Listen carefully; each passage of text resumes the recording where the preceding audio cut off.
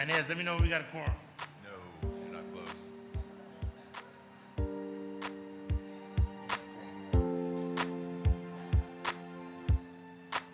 You want me to go fishing?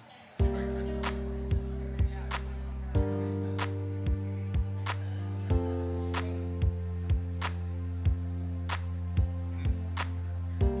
Yeah, no, I'm trying to. I'll be slow.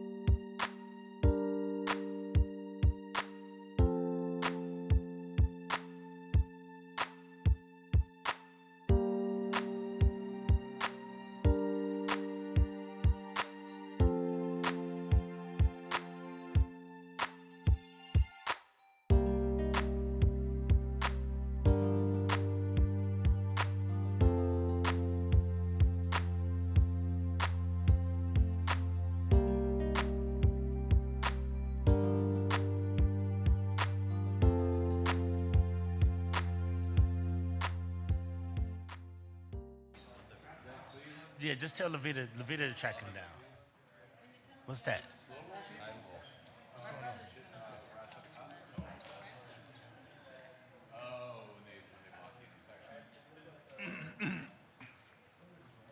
All right, Mike is trying to track you down to get George.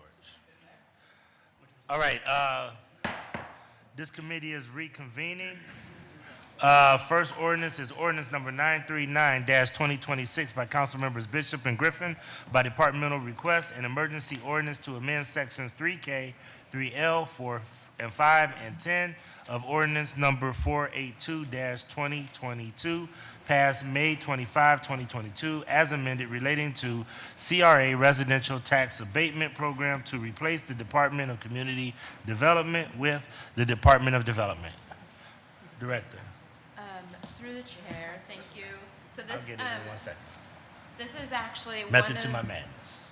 Go ahead, This please. is one of three kind of cleanup pieces that the Department of Development has as we've recently transitioned and added some parts to our department.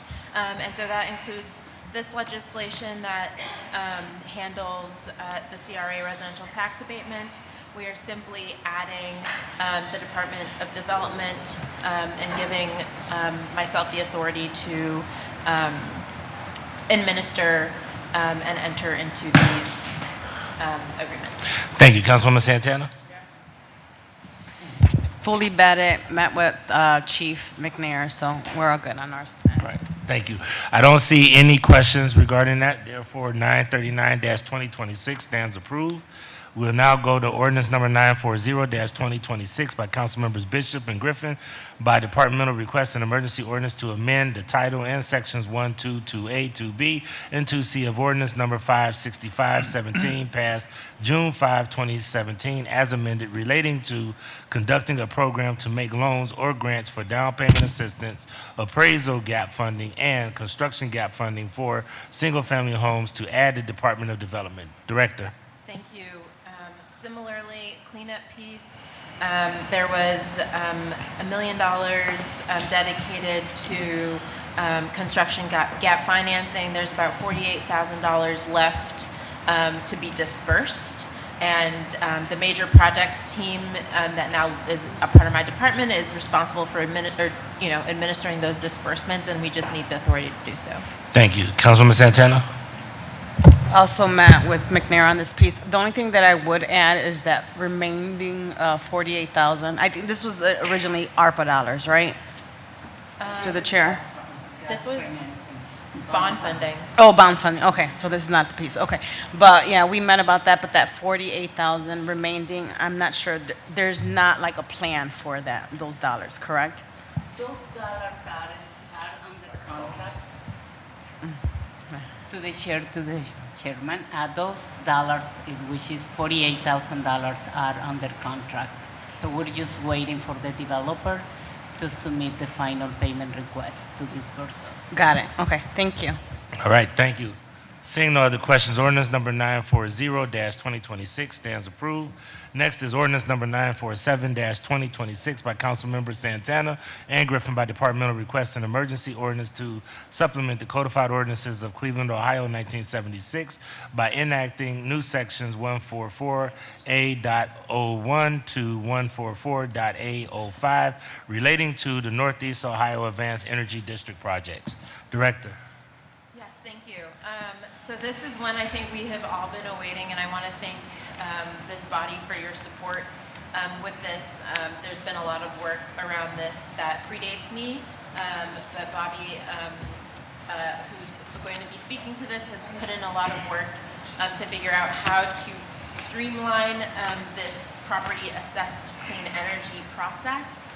And so, Bobby, if you're ready. Good afternoon to the chair and to the committee. Thank you, Director, for the introduction.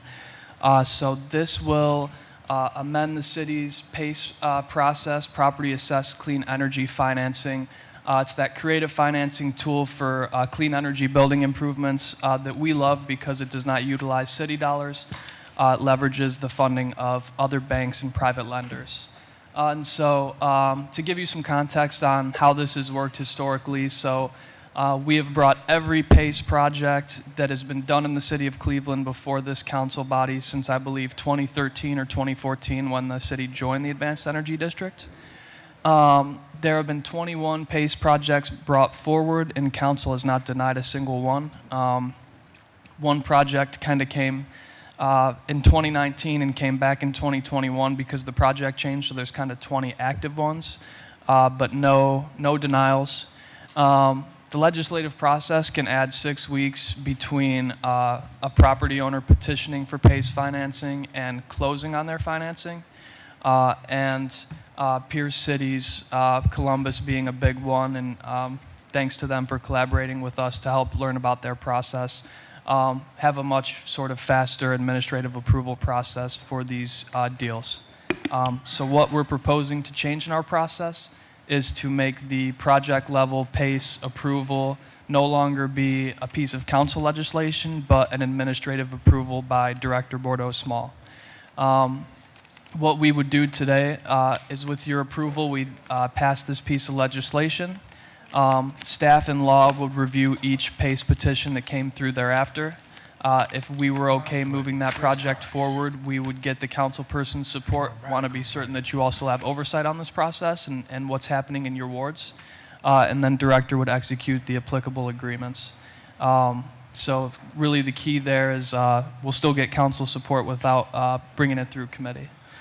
Benefits, 6 weeks faster, local oversight maintained. This kind of brings us more in line with some of our peers around the state that we're competing with for private investment, and of course no city funding required. And so just to kind of give you a sense, I don't want to bore you with the full 13 steps here, but basically if you look at the left-hand side, that is a 66-day process between us receiving a petition and closing on the financing. This new process would see that moved up to about 21 days. The one caveat being we will still come to you once a year each year to get authorization to levy the special assessment portion of this because that cannot be done through administrative approval. And with that, I'm happy to answer any questions that you all might have. Thank you. All right, Councilman Santana? Also met with Chief McNair. I'm on board. I think this is a great way instead of each project coming into DPS. I do like, and I'm not sure if this part of the ordinance is ensuring that the council members has a support letter or they're notified before moving forward. So I didn't see it on the legislation, but I'm not sure if I'm missing Is it in the legislation? or no. I'm not sure if that piece is specifically called out in the legislation.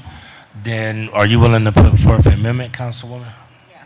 Okay, And Councilwoman. I'm not sure if it needs it. I mean, I think, yeah, for I think standard, we I'll just put should, it on there. yeah, just to make sure that we. So I motion that on ordinance number 947, 2026, it is required that a support letter from council members.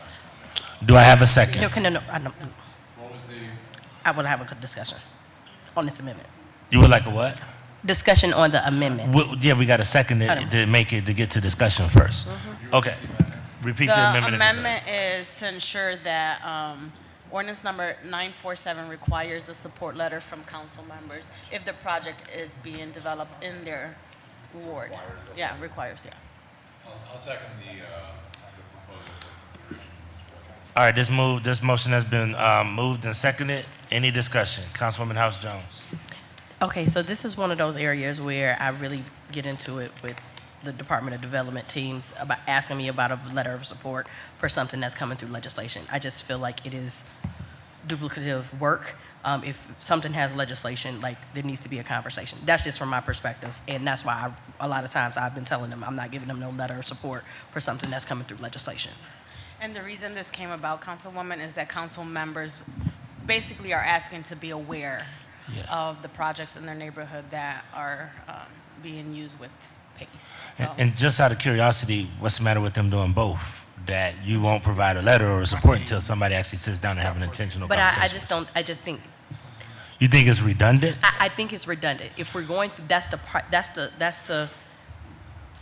for why go through a legislative process? You see what I'm saying? Like, that is the person, like, we gotta just start talking in this building. Like, asking me to do a letter for some support or some legislation, to me, it just don't make no sense. It don't make no sense. Director Bourgeois, you have a comment?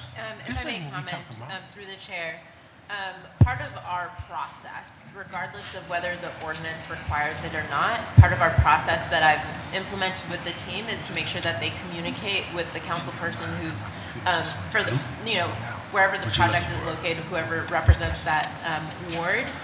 So everyone should be doing that with all projects that, that touch our department. And the ones, and I will say that there are some funding sources per ordinance that require the letter of support, and law requires that to be able to draft the agreement. Right, and I'm still just fundamentally, as a legislator, if something is coming to the body to be voted upon, that's the letter of support. It's either gonna pass or it's not gonna pass. And if people don't do the basic things as colleagues to have the conversation, then the legislation just shouldn't be heard, period.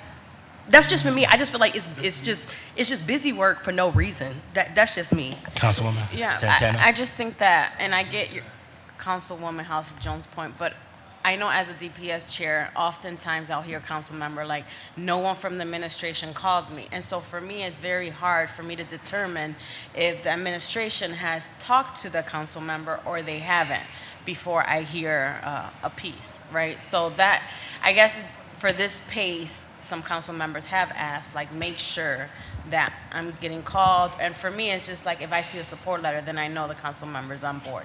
In addition of, I could also reach out and call, but sometimes, there's just a lot going on. So that's.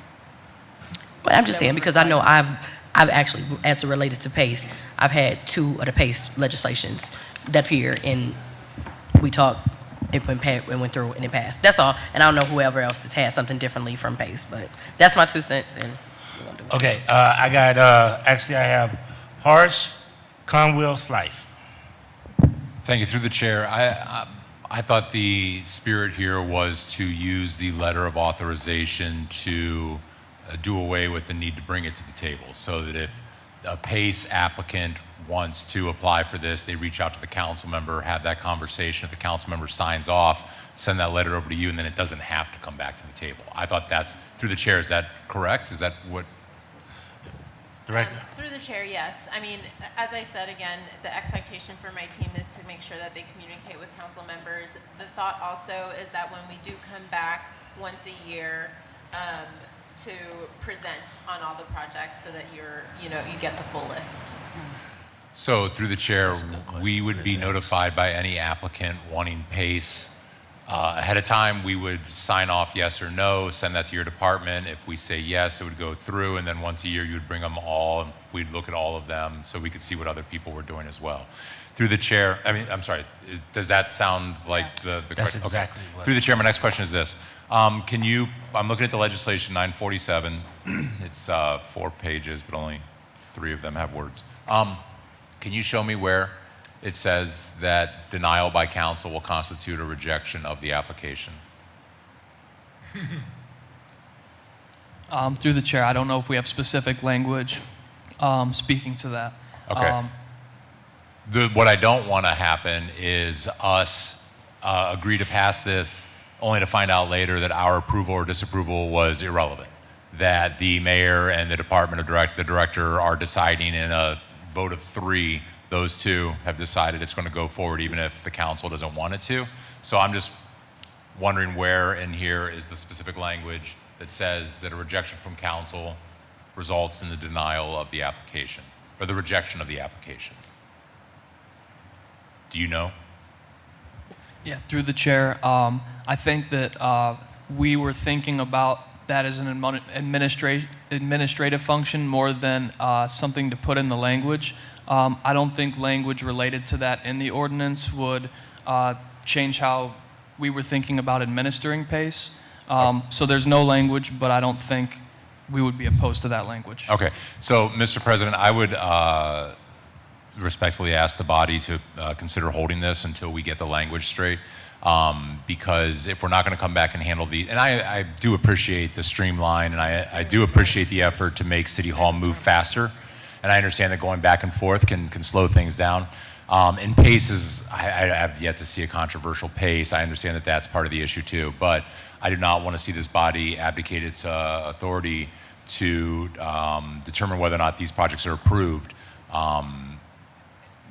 by, you know, a trick of a sleight of language. So unless we can get that assurance, I would be uninclined to vote for it today. So keep in mind that we are in discussion over an amendment that was proffered by Councilwoman Santana. The amendment that she has proffered was specifically that be added to the legislation, that a letter of notification be given to the council person. I want to make sure that my parliamentarian or our attorneys know this, but do we have to vote on that amendment first before we take on Councilman Harsh's suggestion that a project can be rejected if a council person does not approve? Or do we have to change that, withdraw the amendment that Councilman Santana put, and then resubmit one amendment? Ms. Scalish, could you give me some advice on that? So Councilwoman Santana, once again, has proffered an amendment that in the legislation, every council member in their ward where a PACE project is being proposed must be notified by letter. In the discussion phase, Councilman Harsh has brought up that he would like to see stricter language that if a council person does oppose, that will make a project be rejected. We're only in discussion and not in voting right now. So do we have to withdraw that amendment and offer another one in order to capture the language that he's putting in? Or do we have to vote on this amendment and then add language again? So these are two separate amendments. If the councilwoman agrees to withdraw her amendment, that's fine. If she doesn't want to, then I would discuss it and vote on it. Okay. And then Councilman Harsh's amendment would be A different second amendment. Okay, so what I'm going to do, because Councilman Conwell is up next on the discussion and Councilman Slife, did we want to, I'm going to pivot to Councilwoman Santana. Did you want to withdraw your amendment and re-add another one or not? So, Okay, clarify, Councilman Harsh.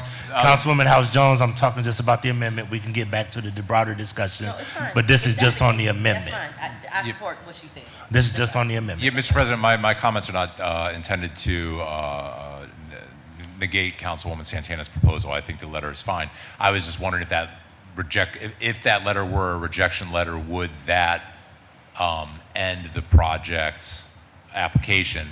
And is that spelled out anywhere in here currently? So I was looking around the corner, yes, but I'm not opposed to the amendment as proposed. It's not, what I'm trying to get to is that I don't think that, I'm trying to capture both in the language. So what I'm trying to do is make sure that we do what Councilwoman Santana is requesting, but you actually bring up a good point. If a council letter suffices as a denial or approval, and I think that language might need to be clarified in the amendment. That's the reason that I'm asking and making sure. And then I do know that there's a couple other people that have some discussion points. But Ms. Scalish. Through the chair, Council President, my understanding is that 947 is a new piece in which the Councilman Santana is trying to amend a specific piece. Is that right? yeah. So that's the discussion of the ordinance that is before you. Okay. Okay? And so the ordinance is her amendment. Okay. Right? Councilman Harsh is indicating that he may want to amend this ordinance. So you're kind of having a discussion about both. I think it's cleaner though if I withdraw and we do the overall amendment altogether, because I get what he's saying. It's like if there's no support letter, should this project move forward? Well,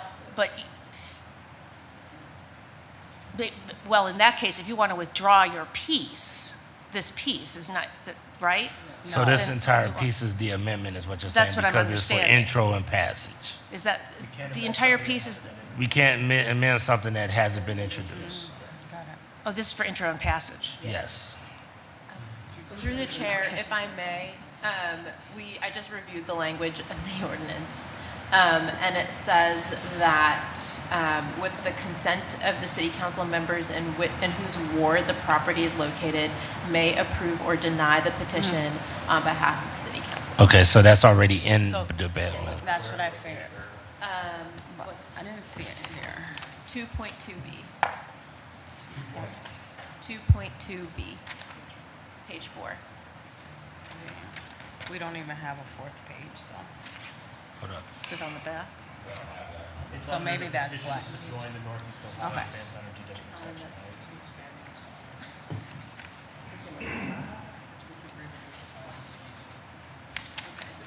So it's in Sorry, the it's in the agreement, just not agreement, the, okay. not the- I think it's in the ordinance, though.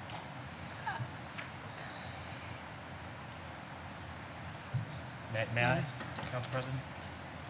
Yes, yes, yes, on that, on the discussion, we're still on discussion, Councilman, Slife.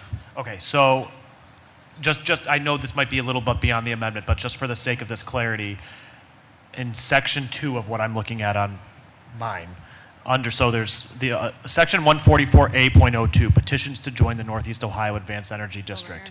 B, with the approval of the mayor and the council member in whose ward the property is located, the director may approve or disapprove petitions and supplemental plans in his or her reasonable discretion, etc. So while this does not explicitly say the word deny, my read is that it says with the approval of the council member. So if there is not the council member's approval, the director does not have authority to approve the petitions.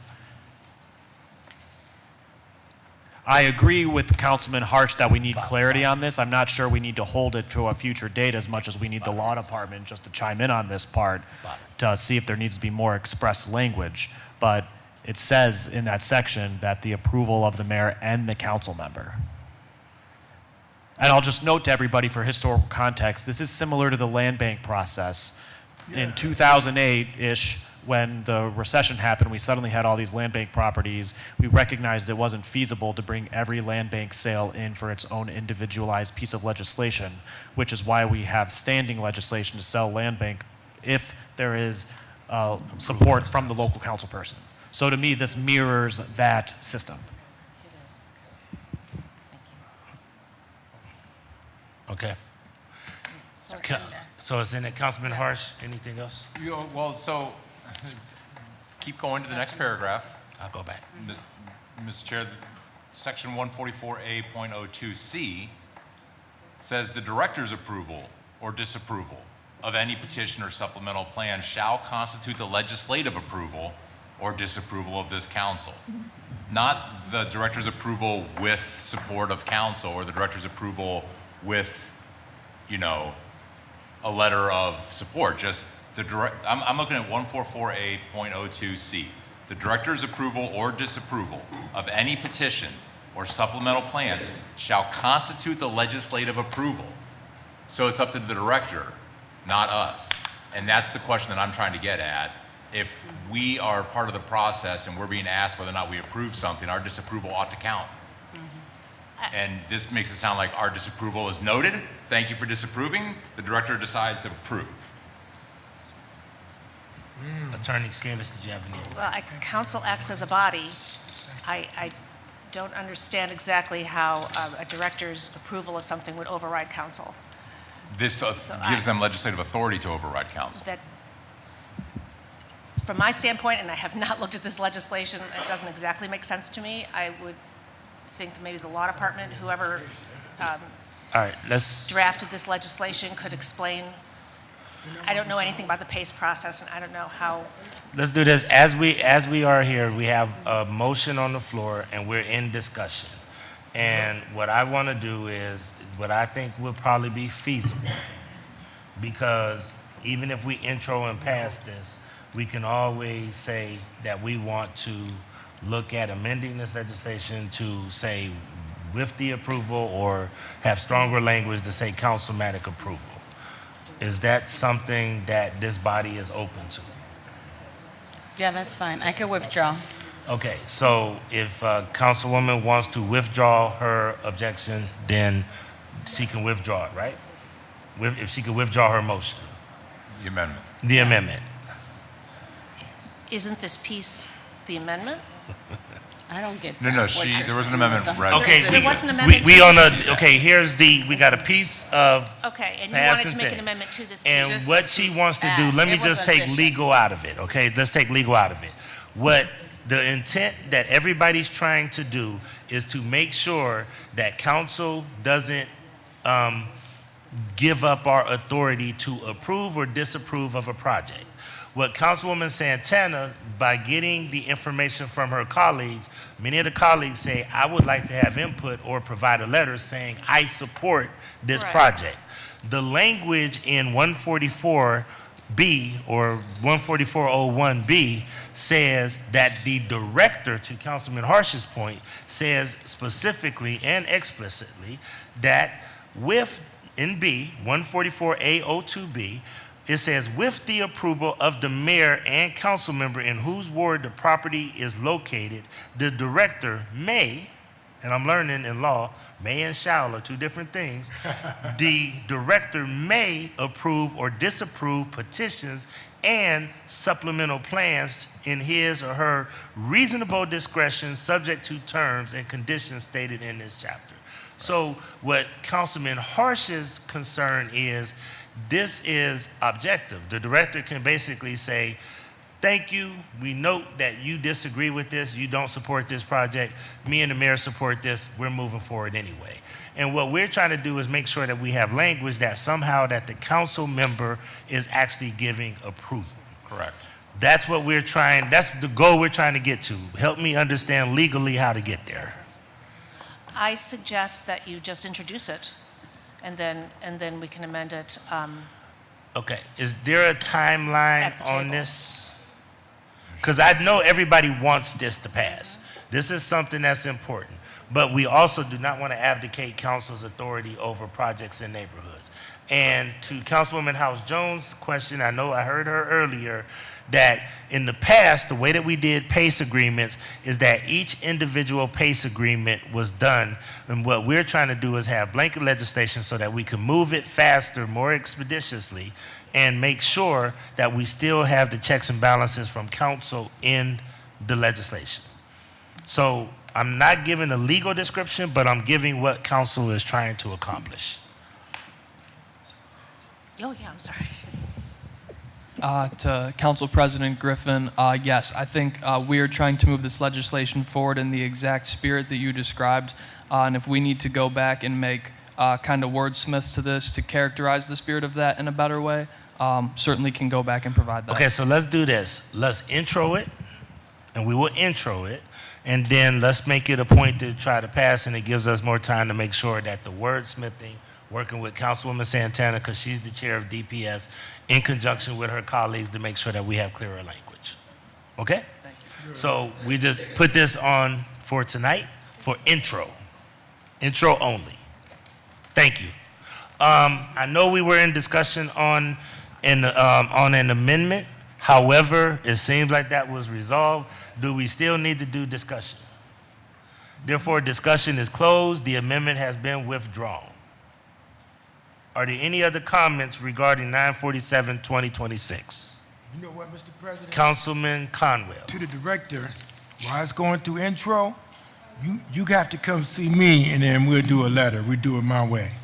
All right? Because I want to know everything that's going on through my ward, and sometimes when you give me letters, then I change stuff, and that way I know what's going on. I know the way. So while we waiting on intro, still come see me. Thank you. So it's just being introed now, right?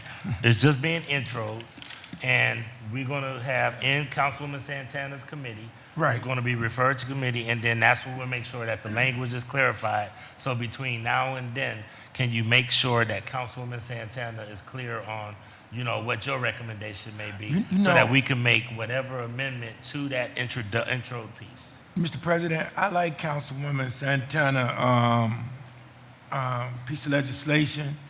I'm just saying, while it's going through the intro process, for the director, still comes talk with me. Oh, right now, it's not ordinance, it's not Right. codified. It's So my therefore, ordinance. but my point is, They can't go around you right now, Councilman. All right. They can't, they gotta come talk to you. Good. The old Then we ordinance cool is then, still we in cool. place. Right, right. So until we enact this ordinance, they can't just do this without coming to the council.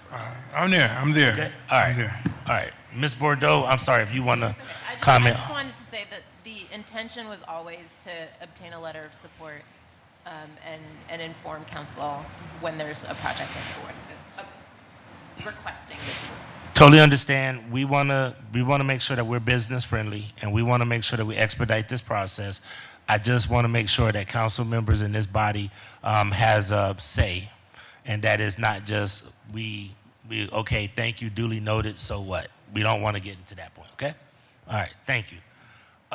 Therefore, discussion is closed on that. The amendment has been withdrawn. It will be for intro tonight so that everybody understands 9/47/2026 will be only for intro tonight, and then we'll try to expeditiously move it through DPS and finance, or if she wants to move it directly to finance, once we get the language corrected, it'd be great, okay?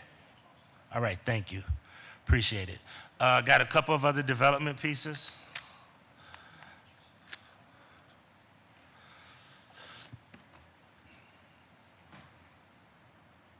Okay, development is, this one is ordinance number 552-2026 as amended by council members Santana, Bishop, Polincic, KZ, Griffin by departmental request. An emergency ordinance authorizing the Director of Development to transfer various permanent parcels to the control, possession, and use of the Department of Parks, Recreation, and Public Safety and Public Utilities for future development of parks, recreation centers, trails, and public facilities. Director. And I'll read the amendment, I apologize. There is no legal objection to this legislation if amended as follows.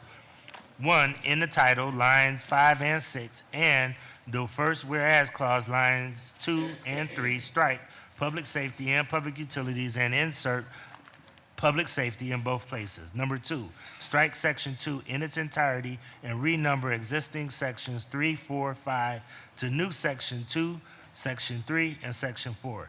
This is dated 7/13/26 by George Peters, Assistant Director of Law. And Director, are you going to be leading this? Thank you, Chair. I'm actually going to hand it off to Commissioner Suzanne DeGennaro to help us walk through this. Thank you. So this legislation would authorize the transfer of 100 land bank parcels to city ownership for permanent public uses. The uses include for parks and recreation and also for public safety uses.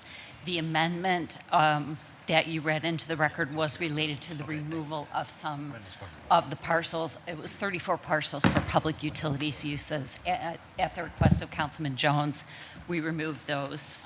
They were to be used for the Carouche stormwater control facility, but they were removed because he wanted them to be available for future development. So this process allows us to retain these parcels. State law requires a municipality seeking to retain land bank parcels for permanent public use to seek legislative authority from the affected taxing districts. In this instance, that includes Cuyahoga County and CMSD. And so in March, we went to Cuyahoga County and they passed a resolution in support, and CMSD passed a resolution as well. And the reason for that is there are foregone property tax revenues based on the fact that these parcels will transfer to city use and become tax exempt. The amount of the exemptions will be about $165,000 that will be foregone, and that's why we need the approval of the county and the school district, and we did obtain it. So I also wanted to mention that there is a presentation on your tablet where we divided up all of the land bank parcels by ward so that you could see the ones that were intended to transfer. And as I mentioned, most of them are for parks or recreation centers. There'll be 35 parks and playgrounds that will have land bank parcels added to their footprints if they haven't been already, and 3 recreation centers, including Alexander Hamilton, Woodland Rec, and Earl B. Turner Rec will get a parcel, and also the Collinwood Athletic Complex. And then Fire Station 26 is comprised of several land bank parcels to be transferred, and also the city kennel. Thanks. Thank you. I'm going to start off with all of the people that she just mentioned. DPS, safety, utilities, municipal properties. Are you all good with this piece? Yes, we're all good. 1 second, I'll get to your question. Councilman Polincic, are you good? Yes. Okay, Councilman Bishop has nodded that he's good. Therefore, I'll go to Councilman Casey on utilities. Yeah, Mr. Council President, we're good as well. I just have one question for Ms. DeGenero, and that is Parks going to be able to maintain these parcels, right? We just heard earlier today, we got 28,000, parcels that are around the city. Now we're throwing in over 100 new ones. Are they going to be able to be maintained once the city takes possession? Through the chair to Councilman Casey, the answer is yes. These parcels are really just supplementing the footprints of, I think, 35 parks. So, and many of the parks have already been developed on these parcels and are currently being maintained. Okay. All right, thank you. Thank you. Can I just verify this? Because I'm a person that believes in facts, and I know that Councilman Starr gave a fact earlier today, but Ms. Andrzejewski, who I have a lot of trust in for various reasons, what is the actual number of parcels in the city of Cleveland? All the council members are really trying to make sure that we really had that right number. Let me get you the very, very specific number after this, but it's around 19,000. I think Okay. Councilman Starr may have, No, to go ahead, Council go ahead. President, I apologize, may have been referring to all vacant parcels even outside of land bank ownership, but Okay. city land bank ownership is right around 19,000. So to be specific, city land bank is approximately 19,000. Can you get us that accurate number so that we can quote it correctly? Yes. And then the actual vacant properties, meaning that probably another 8 to 10 are outside of city, of the city control. Correct, and I don't But know. still vacant. And I don't know that number off the top. We'll have to look into it, but we can get that to you. It'd be yes. good to know that, because I will tell you that will go a long way in helping us understand some of the things that we're asking, and I'd rather us have those numbers and make sure that we're on point with that. That's right. Absolutely. Okay? All right, thank you. Any other questions regarding 552-2026 as amended? Seeing no other questions, ordinance number 552-2026 as amended stands approved. Next up is ordinance number 615. Mr. Chairman, before Yes. Trudy leaves, okay. First, I want to congratulate her. Exactly. A new mom. Yes. But also, you were here earlier when you heard the discussion about trees on land bank lots. And I'm not going to even belabor the point. If you could provide all of us, what is the protocol? What is the administration's position with dead and or dangerous trees on land bank lots that are adjacent to somebody's property? If you could provide that to us, because all of us are dealing with this every day, and I just want to be able to say to the constituents that are calling me, this is the protocol on a tree. This is what the city can do or won't do. I'll ask for that. I am, through the council president to Councilman Polincic, we can provide that in writing, and I think it would also be worth teasing out and improving. And so, yes, we will get you in writing to all council current process and protocol. Okay. And then Thank you. perhaps have an Thank you, improvement Mr. Chairman. conversation. Thank you. And I would also like to make a suggestion. Each year around September and October, we try to do an operations hearing. And it really helps us with the budgeting process, because then we can have discussions up front where we would like to have investments as the administration is developing budget. I would really encourage everyone to talk with their chair so that they can pinpoint key pressure points or key points, key bottlenecks in city operations, so that you can have a better understanding when we do the operational review meetings in September or October.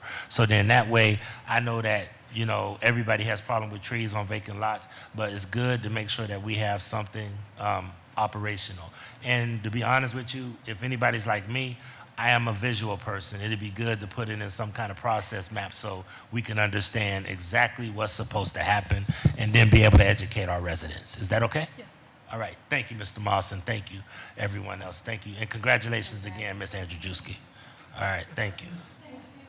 All right, next up is ordinance number 615-2026 by Councilmember Starr, House Jones, Santana, and Griffin by departmental request. An emergency ordinance establishing the East Side TIF District, declaring improvements, certain parcels of real property within the district to be a public purpose and exempt from taxation pursuant to ORC 5701-40, describing the public infrastructure improvements to be made to directly benefit the district, requiring the owners of the improvements on such parcels to make service payments in lieu of taxes, providing for the distribution of those service payments to the Cleveland Municipal School District and to one or more funds established by the city to hold those service payments, determining that satisfactory provision has been made for the public improvement needs of the district and specifying other public improvements that are in support of urban redevelopment within the city. Director. Thank you, Council President, members of the body. I think first, actually, there is a clause that we need inserted in that that we were just brought by. Should have been in, is typically in this language. Ms. Jones, I believe, has that. Do you have it in writing, and Yes. can you give it to our attorney? Yes. Okay, if you have it in writing and give it to our attorney, then it's my understanding that only a council member can proffer an amendment in this setting. So if you can get it to us so that we can have someone proffer the amendment. I'm going to ask if anyone on this side would like to look at the amendment that they're trying to proffer. And Council President, she pulls that up. It is standard language that typically occurs in this TIFs, and we don't know why it was not initially put it in Got a related question? to the school district.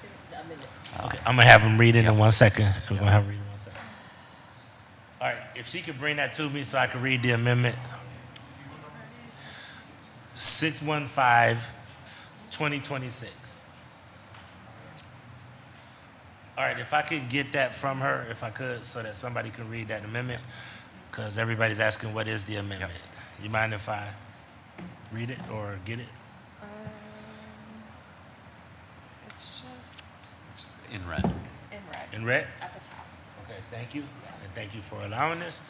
I cannot proffer an amendment because I am the chair. I'm going to ask if the chair of DPS can proffer an amendment and read it first. Does Councilwoman want to review it? Once we introduce the amendment and second it, then we could have discussion on whether we want to pass it or not pass it. Council President, I'm a little blind. Where is the amendment It's here? under the red, right there in the red. Okay, Is right that, hold there. up, is that the one in the red? Yeah, okay. Okay, see where it's strike, can you Yeah, repeat it? okay. I'll hold it for you. So I motion to amend ordinance number, I'm not sure, and 615-2026. 615-2026, and to authorize the execution and deliver of a school compensation agreement with the Cleveland Metropolitan School District and compensation payments pursuant to that agreement. Okay, that is the amendment. Do we have a second? The second, who offered the second? I apologize, Councilwoman House Jones is not on DPS. It needs to be somebody on DPS. Councilman Christopher Harsh has seconded. Now we'll move to discussion. Councilwoman House Jones or anybody, do you have discussion? Are there any, Councilman Casey, discussion? Mr. Chairman, to whomever can answer the question, what exactly was the amendment? Does this mean CMSD is giving us buildings or something? No. Through the chair to Councilman Casey, no, this is standard language that requires within any sort of tax increment financing that there's a compensation agreement entered into with the Cleveland Metropolitan School District. Honestly, I'm not sure why, when this was originally put forward, it was redlined out. But we want to make sure, because that is standard, again, whether it is a TIF district or is a TIF, that is something that we always move forward with. Does this make it a non-school TIF district? So through the chairman and Councilman Casey, yes, we are moving forward as a non-schools TIF, right? Okay, so I'll ask it this way. Mr. Chairman, to the director or the chief, explain what the actual amendment is. 615. Can you bring up the language, Taylor? I thought we were going to have a presentation on that one. And you don't, Yes. you can read it if you want to, but then explain it. Yes, so it authorized the execution and delivery of a school compensation agreement. And so ultimately, Again, with any TIF, you need to work with the schools district to sign off on. Now, you can work into a compensation agreement where they do agree to give back. That has happened over the course of time. Oftentimes, they do not. But again, this is pretty standard for all TIFs. And again, I think after this was originally introduced, it was like flagged. No one quite knows why that was not added as they normally would be, because it is a course of action that we always take. All right, Mr. Chairman, to the chief, do we know yet what the school compensation is? So through the chair to Councilman Casey, we are moving forward with the non-schools TIFs, which mean they will capture all of the revenues that they normally would, which we'll continue to explain as we go through the presentation and conversation here. Are we voting on this amendment prior to the presentation, though? I don't want to vote on something that I don't understand, right? And if you can't tell me what the compensation's going to be prior to the vote, then I don't want to vote So on it. Through the chair to Councilman Casey, again, this is a non-schools TIF, which means they will be not impacted by Okay. the TIF. So, They will like collect my every original single dollar. question, right? It's not that they're giving us buildings, this is making it a non-school TIF. That's Correct. what that amendment does, correct? What the amendment does is it requires the schools to execute a compensation agreement. That we don't Right. know what it is. And this is a non-schools TIF, which appears later in the legislation. So in the legislation, it did say that it is a non-schools TIF. This clause up here that Okay. authorizes the execution and delivery, Okay. for some reason was And excluded. then later on, Mr. Chairman, to the chief, later on in the presentation or in the legislation, it says that it's a non-school TIF. Correct. Okay, that's all you had to Correct. say. Correct. Thank you. I tried. I know you Thank you, tried. sir. Councilman Palense? Yes, Mr. Chairman, I'm trying to get some clarification, but this is just for the Huff Central and St. Clair Superior neighborhoods, correct? Okay, so to the viewing public and to us sitting here, explain in layman's terms what this means. Because you had on here a presentation, so walk us through what that means. If you're buying a home or 615. rebuilding a home, what does it mean?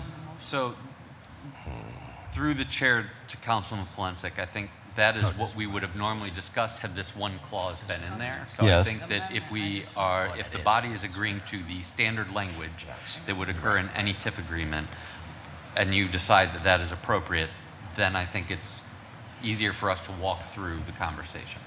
Well, however it's easier for you to tiptoe, just tell me how to do it, okay? Through the chair to Councilman Polensek, we are happy to walk through all of this again, if that is easier prior to the amendment being passed, but I don't know if that's the I don't proper think that's order. good. I Is think- this for new housing or rehab housing? Through the chair to Councilman Polensek, this is for a TIF district, which allows for reinvestment in public infrastructure within the district. Okay. So, if I'm building something in those neighborhoods, those funds then can be directed for public use in those three neighborhoods. So what this is doing, what the TIF district is doing is it's locking the, like, where the tax rate and the base is. Yes. Any improvement that Above that. happens, any new project that Yes. happens, there's an increment because of the value that this new project adds. Yes. And that difference will be put into a fund, and we will be able to use those dollars for public improvement. In those three, Public infrastructure. in those three neighborhoods? In those three neighborhoods. Okay. So, are any other neighborhoods being considered for the same type of approach? We are piloting the East Side TIF district in terms of it being a home innovation district on the east side. The only other TIF district that Bedrock. exists is the one downtown.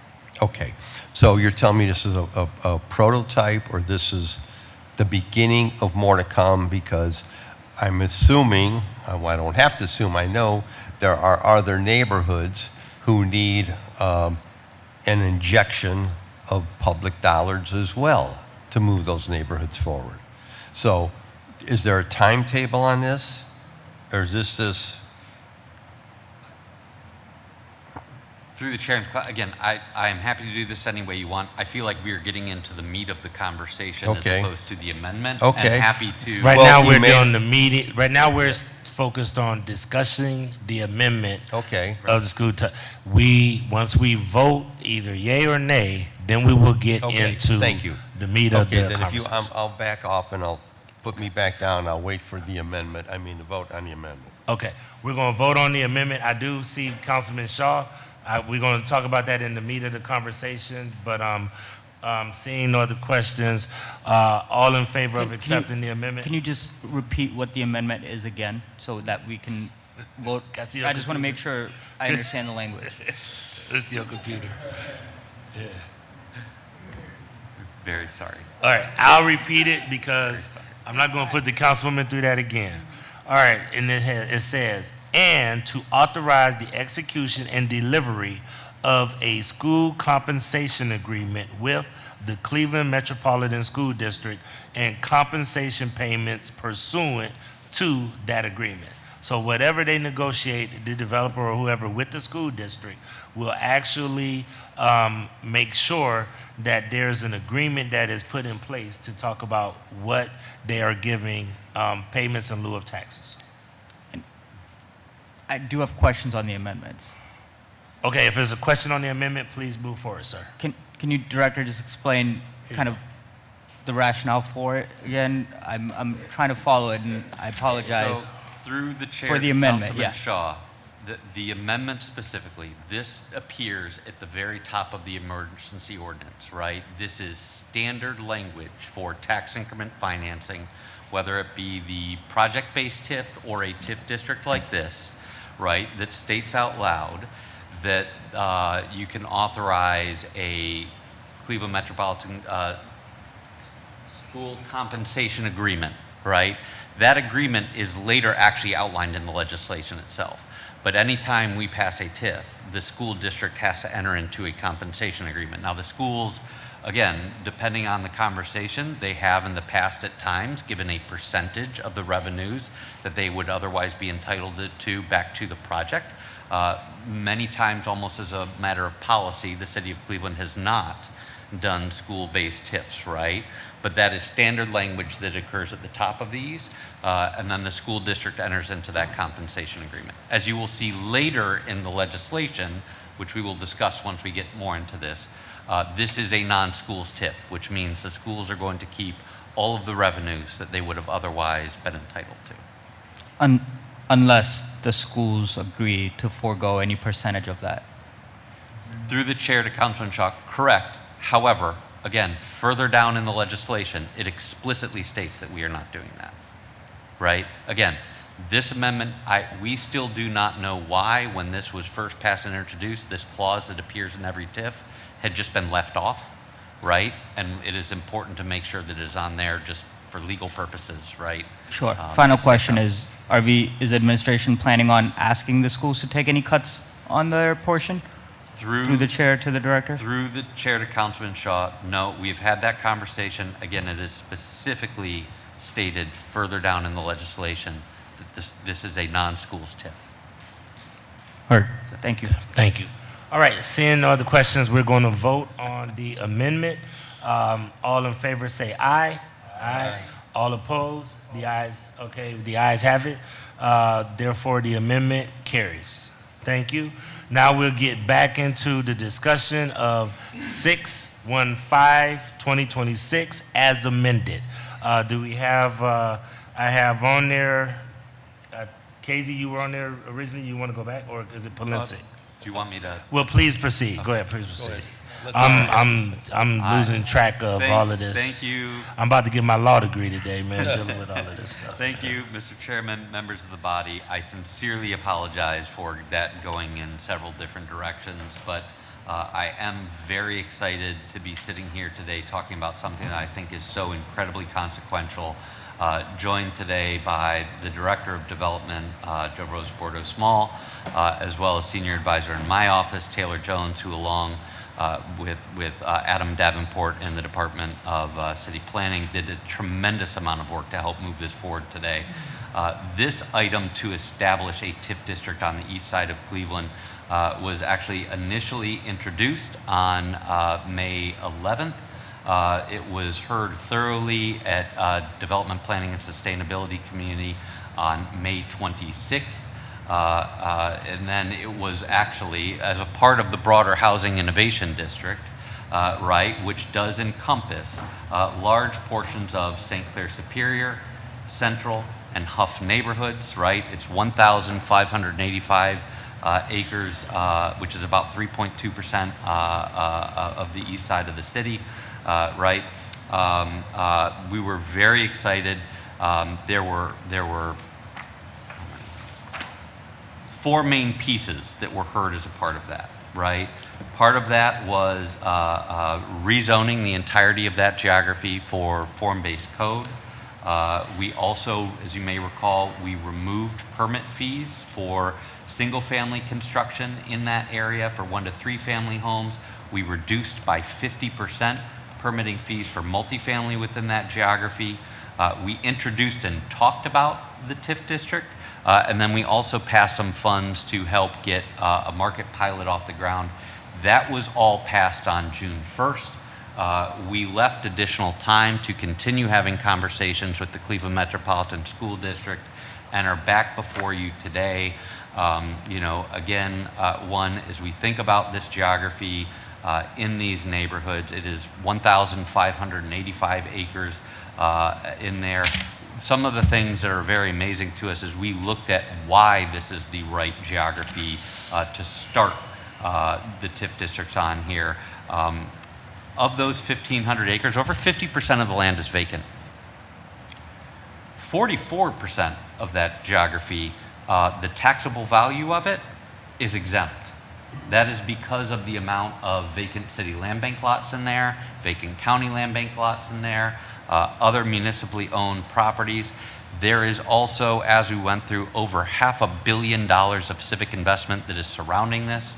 This is also the same geography where the Midline, which is a 350-acre redevelopment of a business park, is going. And I cannot emphasize this enough. You know, Ms. Bordeaux-Small kind of talked about this earlier. This is different than a project-based TIF. Project-based TIFs take value that is created and reinvest it in real estate. The value that is created here can only go into public infrastructure. Roads, streetscapes, water and sewer lines, which you can use to help write down the cost of housing, right? Lighting, parks, all the things that improve quality of life for our residents on a daily basis. It is also very important to note, as we looked at this geography, this area is losing value on a year-over-year basis, right? So the reality of this is that the city of Cleveland, frankly, loses money every year on this. Cuyahoga County is losing money every year on this geography. The libraries are losing money on this geography. It is imperative that we work to come up with a strategy, right, that reinvests in this area, which is good for the residents that live there, and open up opportunities to move forward. So that was the idea of the Housing Innovation District, right? And it's not that we're doing one of these things, it's that they all act in concert together. Also, this is the same area where, you know, the first company that we are attracting to the Midline is a modular housing manufacturer. You know, there's been a lot of work that has gone on that. I know there were many of the pilot homes for that that were built in Councilwoman Santana's ward, of which he kind of helped shepherd that through. I know Councilman Harsh has been doing a lot of that. That is a part of the solution of what we are doing here.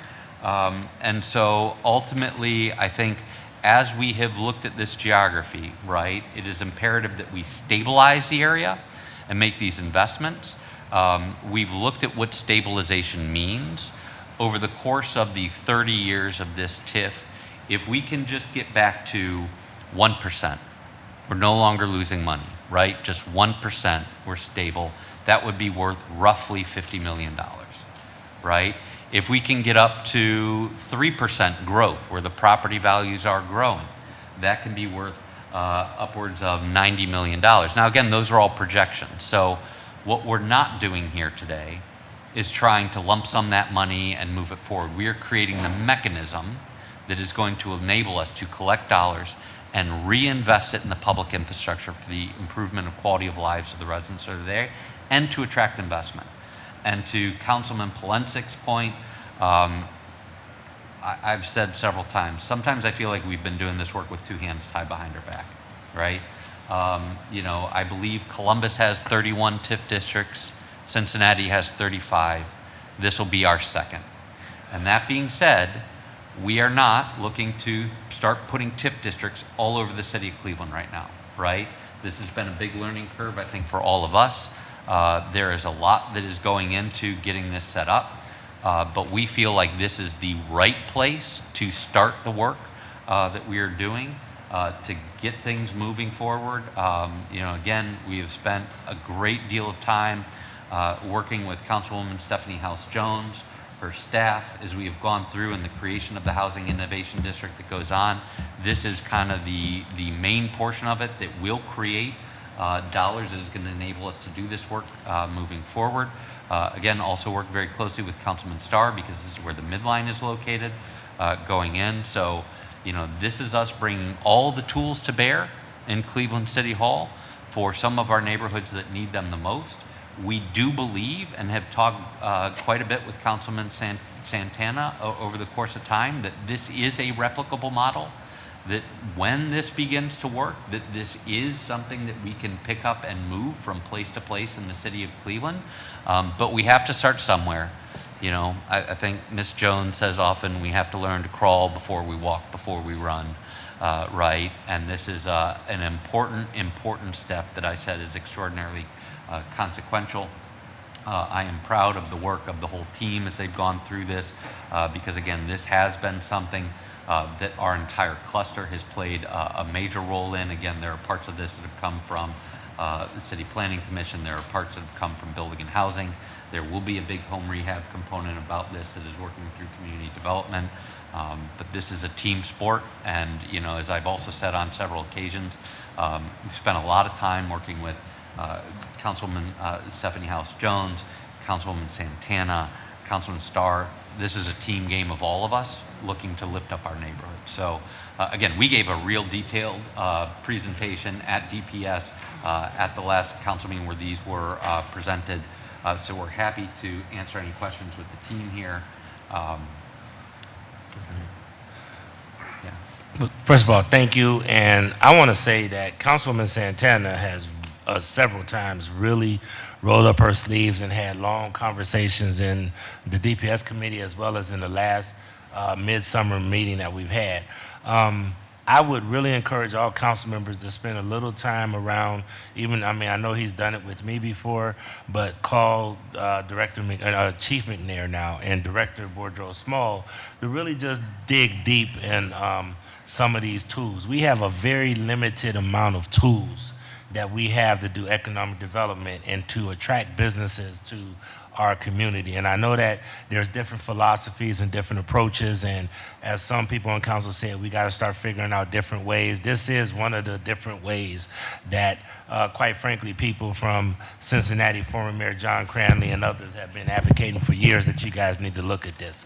To Councilmember Shaw's point earlier, one of my apprehensions with embracing too many TIF districts, to answer Councilman Polensik's point, is when we start to go down that slope, how much do we hurt the libraries, the metro parks, Tri-C, and some of these other ancillary agencies? And we want to be very careful that we balance TIFs and growth, which are but for dollars, versus making these entities want to come back to us and try to do tax levies. And that's not going to help our citizens either. So I think what everybody's really looking for, and I think it's a broader conversation and really getting some people in the room and really hopefully have like an economic development Cleveland day to really just talk about how do we have that right balance. Because I think that's what everybody's struggling with. Because I think everybody has some good questions around this. But I do want to reiterate what he said. Many of the areas and the communities that are growing, like Columbus, have several TIF districts. several TIF districts. Now, the only caveat is that they also don't have certain people or certain entities on their rolls, like libraries and schools, library and community colleges. So different communities have different makeups. Like Cincinnati doesn't have, or I'm sorry, Columbus or Cincinnati, one of them don't have a levy for community college. We do. So really trying to find that balance, but in areas like St. Clair, Superior, and Huff, and I'll let her speak for her own community, really this is a jump start. And really this is, like he said, where we analyzed this in Councilwoman Santana's committee and others, that these areas are actually draining other areas' revenue because you actually have to draw from other areas, some of the areas that are profitable in the city, in order to supplement some of the support that's needed over there. So this is a way to try to jumpstart and try to sustain things over there. The one question that I do have, and this may be an operational question, is when we do this and it generates the infrastructure improvements in this area, does it, because you're doing it, what is the difference between downtown, where the TIF monetizes and amortizes over a period of time as the vertical development takes place? Yes. But in this area, we're not going to get any vertical development. So how is this different with the housing TIF, so that everybody can understand that you're doing this from a point of trying to build more houses and build more, as somebody asked earlier, affordable? Can you explain that? So, thank you, Chair. I think that is an excellent question. And there is going to be vertical development in this area. It's just going to look different than downtown, right? And we know that. And so we were very conservative when we modeled the potential values of this. Frankly, it was taken into account that any new homes that were built in here would have the, as of right, 15-year residential tax abatement that exists. I think we set the value of those homes at $200,000. I think we had the, starting in years 1 through 3, only 15 homes a year, right? We know in year 1, as we move forward with the market pilot that Ms. Jones has been working on, that accounts for 20 homes off the rip. So again, we tried to be very conservative getting to 50 homes. What is interesting about this area, and we mentioned the amount of vacant land here, right? And 44% of it being tax exempt, right? Like when we own the land, there's no taxable value on that. When we actually put that land back into service and we put a new home on there, sure, there's a 15-year residential tax abatement start, but like that's a double bump, right? Because now you're taking land that was non-taxable and making it taxable again. So there's a real multiplier effect in here. And you can actually see, I think we went through this in the original presentation, but we broke down the value, the real estate value of the residential portion and the commercial portion. So there's about $135 million of value in this geography that is attributed to residential. 10% of that, 10%, $13 million, is attributed to one parcel. It's a multifamily building owned by the Cuyahoga Metropolitan Housing Authority. Now, because it's owned by CMHA, we're not actually collecting any tax revenue on that. But it goes to show you, if you could just build one multifamily building in this area, what that could do to our taxable value coming in. And so, again, the idea is, how do we start, building housing on single-family lots? How do we start doing rehab for existing homeowners that are there, lifting folks up? There's also a component of storefront renovation program, working on the commercial corridors, all of which is encouraging investment, right? So, again, there is vertical development here. It's just not at the scale that you see down there. Okay, thank you. So on the agenda, I have Polensek, Harsh, Councilwoman House Jones is going to close. I see Shaw.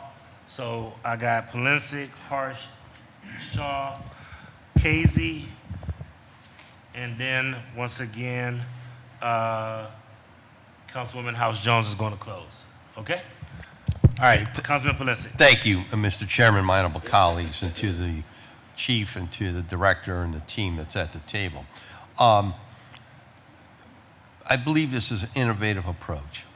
I've said that before on this, and you've indicated that other cities are utilizing this approach, Columbus, Cincinnati, et cetera. But here is my, issue or my statement. I know, I don't know the, I know St. Clair Superior pretty good because my grandparents, and my great-grandparents grew up down there. And I've been a longtime member of the Slovenian National Home down there. But I want to read something to you right out of your own documents. For generations, residents in the Huff Central and St. Clair Superior neighborhoods have carried the strength, culture, and identity of this city forward, often without the level of investment they deserve. I could use that same argument for most of the neighbors on the east side. That same statement. And that's what my concern is. If you look at the numbers you presented to us, the number of vacant properties, I would venture to say if you were to look at North Glenville and West Collinwood, you'd see the same levels of abandonment, of concern. And Councilman Conwell and both of I, who inherited some of these sections, we talk about it quite frequently, but what we've inherited and with the redistricting and the challenges that lie before us. So I am totally in support of the concept of this moving forward. But my concern is, you said how many in Columbus? 30 what? 31 or 35? 31, 35 in Columbus. How many in Cincinnati, Mr. Chairman? Do we know? About 20. It's 31 in one of them and 35 in the other, but I always mess up. Okay. So this is my observation. And I don't believe I'm wrong at all. The east side's not growing. Let's be very blunt. In fact, I just saw this latest figure. I don't know who put it out. The city's lost 1.8% of its population in whatever the last period of time is. We know the county's not growing in population. So unless we become more visionary, more optimistic in our approach to what we're dealing with and the challenges that we're dealing with. And here I am. I'm dealing with it today, and some of my other colleagues. I'm losing 3 schools that have been announced, which were supported. The closures were supported by the mayor. So I got families blowing out of the neighborhood or looking to put their kids in the surrounding suburban charter schools or the systems that have open enrollment. I'm dealing every day with trying to encourage people for investment. Councilman Conwell and myself have been, we're getting pulled in different directions with CDCs asking for additional funding. There's additional groups being asked for additional funding to support their efforts. And all I'm saying is at this point, and I would have loved that I would have loved to hear at the table, Councilman, this is critical. We believe in it. We're going to move forward, but we're going to come back to City Council very shortly with other sections of the city to do likewise. See, I don't see any life preservers out here for the east side. I don't see them. And I've said this publicly, I'll say it again. I don't believe the mayor has an east side strategy. This is encouraging to see this, but from 55th Street East and Superior North, I don't see him understanding the east side of the city. I don't think he understands the east side of the city. I understand it because I grew up there. And I see it and I deal with it every day. And I'm challenged by what I'm dealing with. And I'm trying to work with FAMICOS and the Greater Collinwood Development Corporation did just reform and work with Councilman Conwell on a broader approach to the neighborhood. But I got to see some light at the end of the tunnel. I got to see the life preservers that are being thrown to the rest of the east side. I support this. I support this. I think it's an innovative approach. I've said that before. But I want to know it's more than just this. I want to know there's more coming. And if there's not more coming, then you give, as I reminded my colleagues, 33 members of council at one time, now 15. We're going to redistrict again in 2031. If we don't stabilize the rest of the east side population, you'll have 2 more wards disappearing. And then all we'll be doing is reshuffling the deck with ward boundaries, but nothing much changes. And I'm going to continue to see families bail from the east side, which I have seen constantly. And when you look at the demographic changes in Euclid, South Euclid, Richmond Heights, Maple Heights, Garfield, the folks that are bailing into those communities didn't come out of Pepper Pike. They came out of the east side of the city of Cleveland. And they're moving for the same reasons that all the other groups have moved traditionally: better schools, better opportunities, jobs, housing, safety and security. They're moving for the same reasons. We have to give people hope. I am absolutely convinced we have to give people hope on the greater east side of the city. And if we don't, then heaven help us and shame on us. So I support this. I support it. I think it's long overdue. I support the concept. I just want to hear from somebody, because I'm not hearing it from the gentleman who occupies the mayor's office, that this is the beginning. This is the beginning, and next year or shortly, we're going to come back to you with other sections of the city. Maybe it's just not the east side. Maybe it's other sections of the west side as well.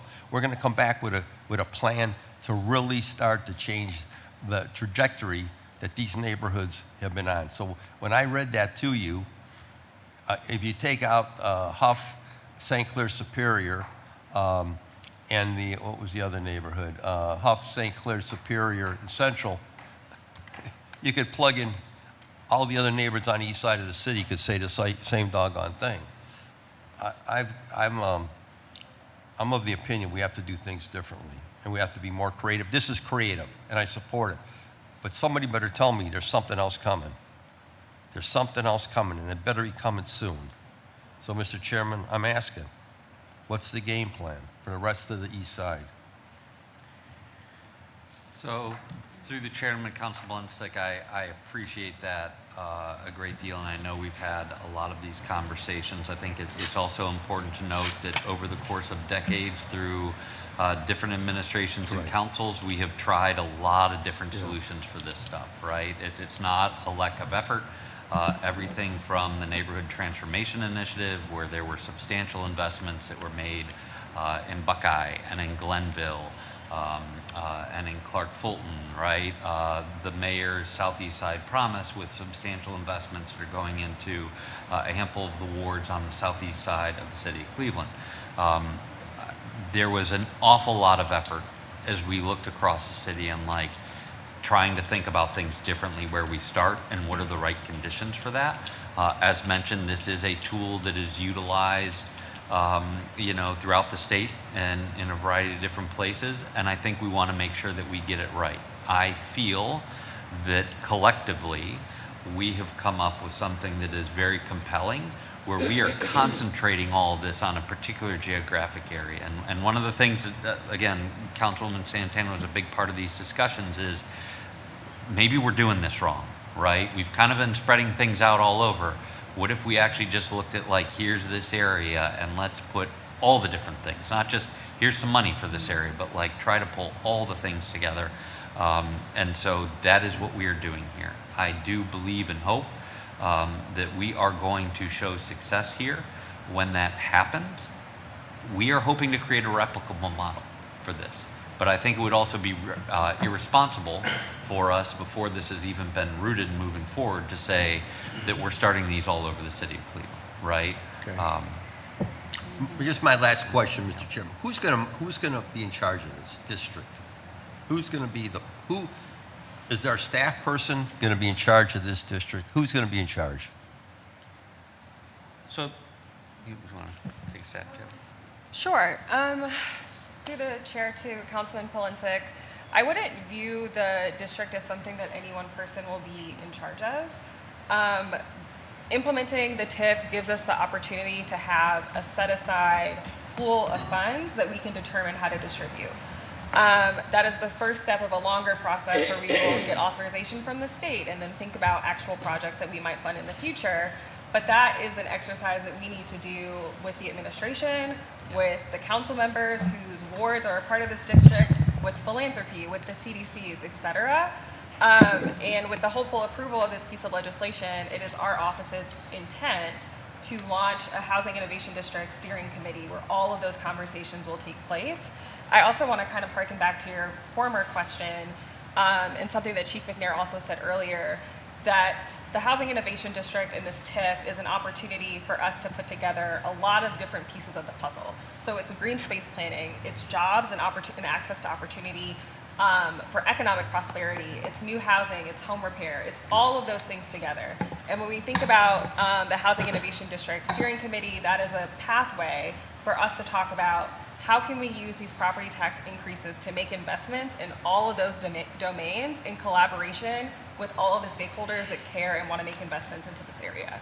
So I wouldn't say it's one staff member, it's an entire team of people that'll be working on it. Okay, but someone's going to have to monitor this to see that it's working, to see that where there's measurable outcomes, that we've built X number of houses, we've fixed X number of parks, we've resurfaced X number of roads. I'm just going to make a suggestion.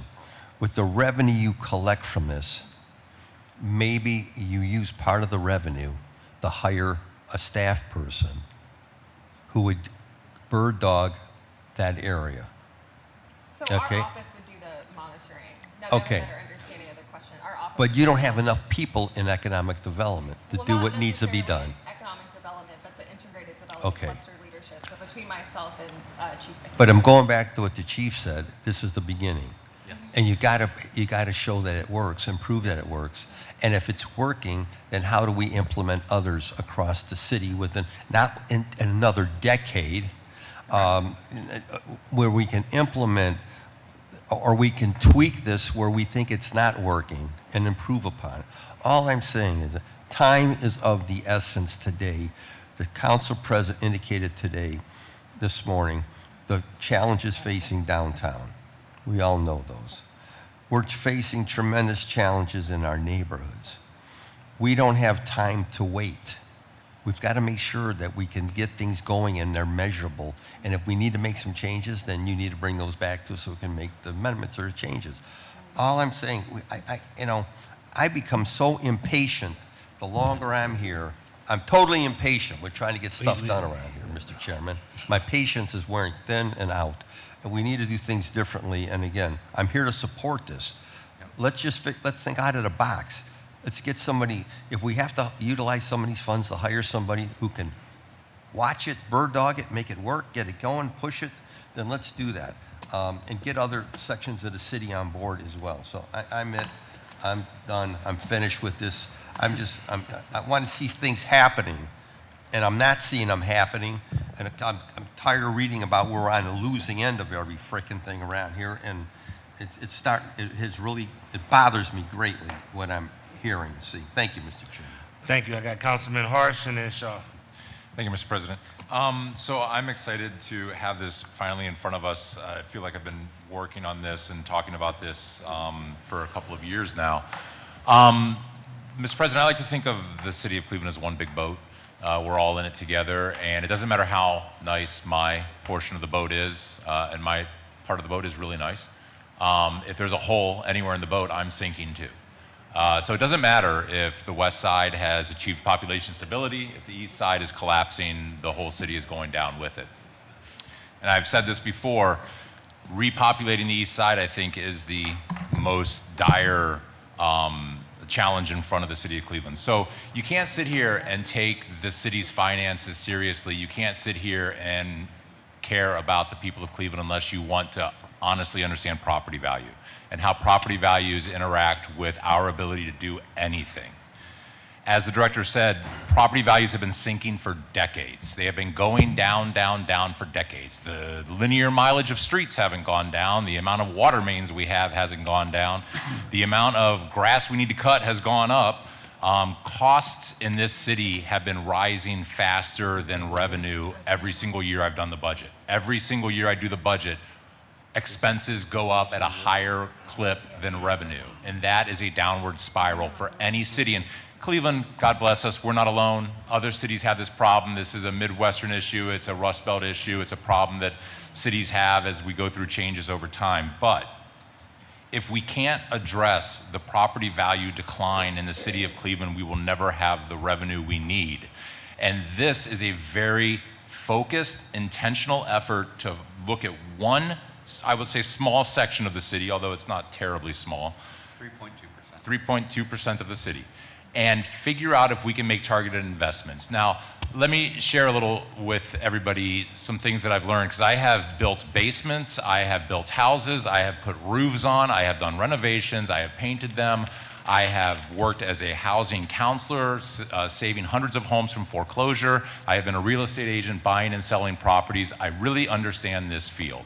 It is cheaper to build 100 houses in Medina than it is to build 100 houses in Cleveland. If you go out to a cornfield in Medina right now and decide you want to put 100 new homes out there, Medina Township or Village or somebody will pay to put a brand new water line, new sewer lines, they'll put new streets and sidewalks, and they'll do all this infrastructure investment for a pretty decent cost for them, pretty cheap.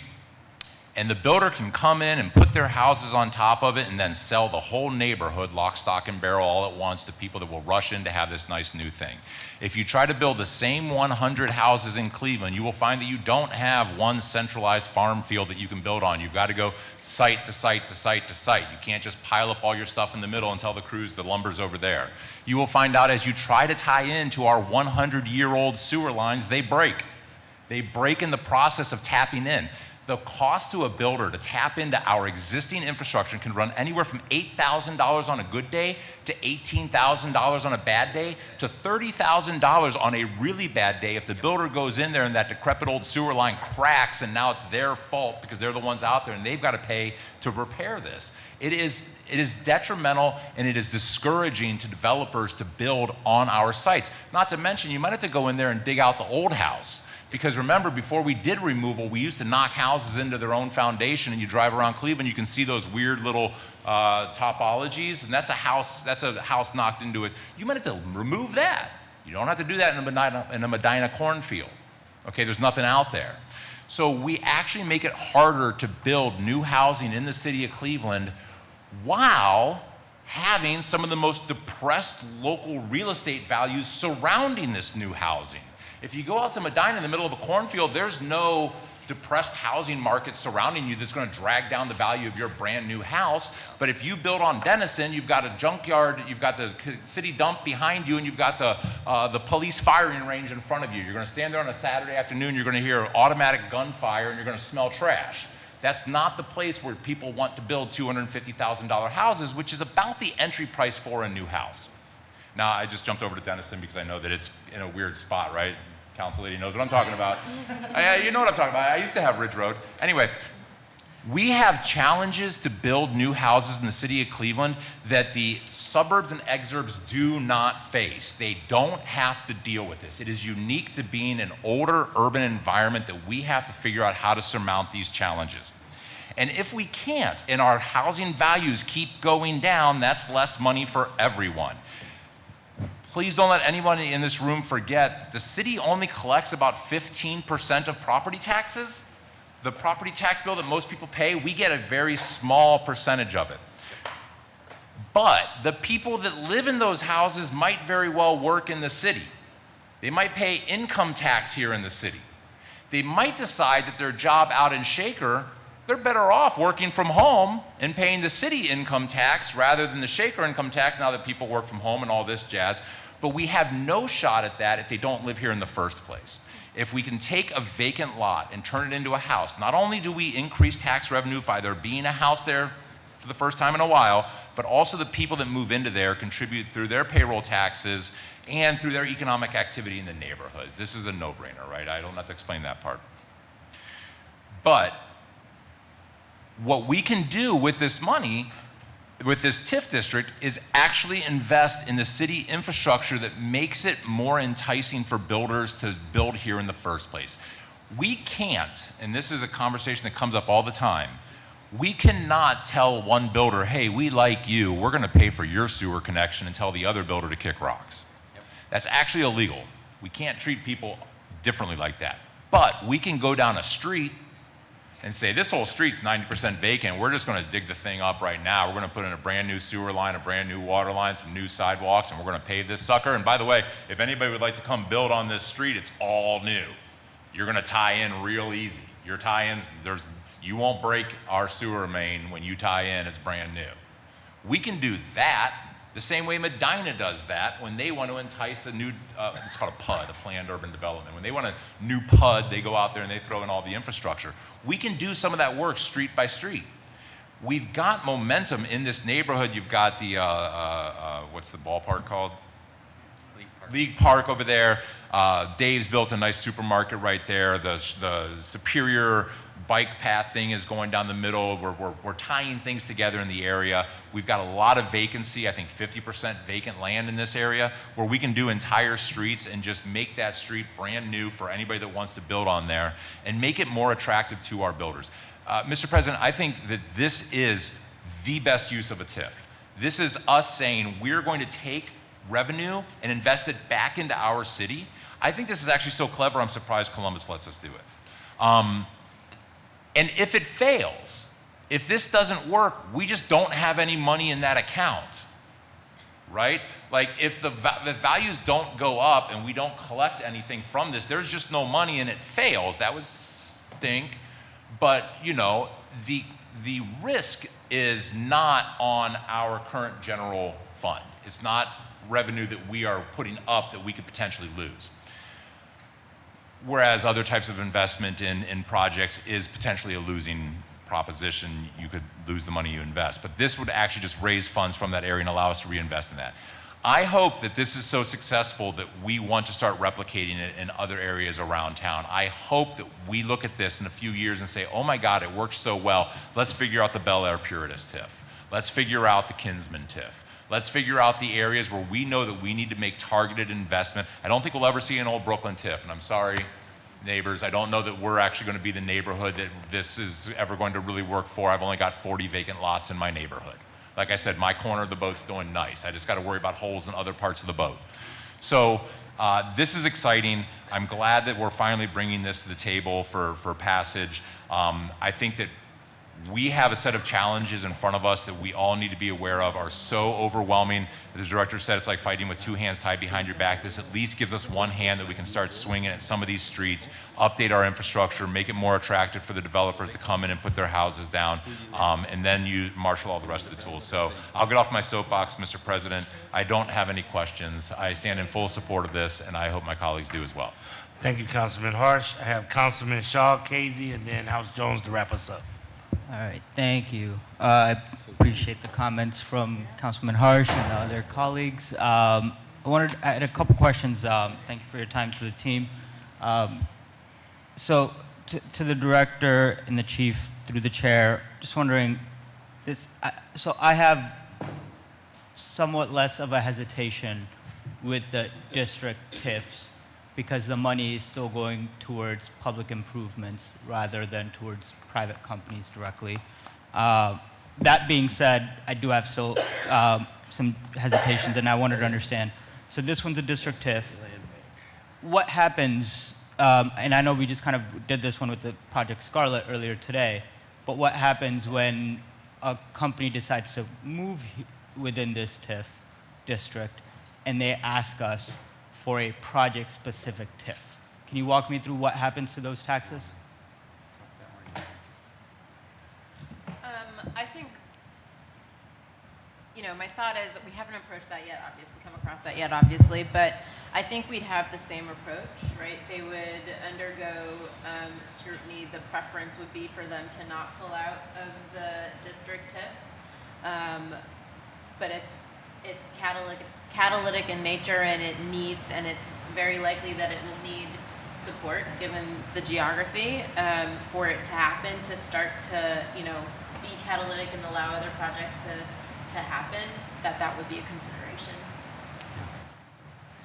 So I'm still trying to understand what happens to the taxes itself, specific to those project TIFs. So let's, like, for example, the Project Scarlet that we had earlier today, that is also within the Shore to Core TIF district. Is that correct?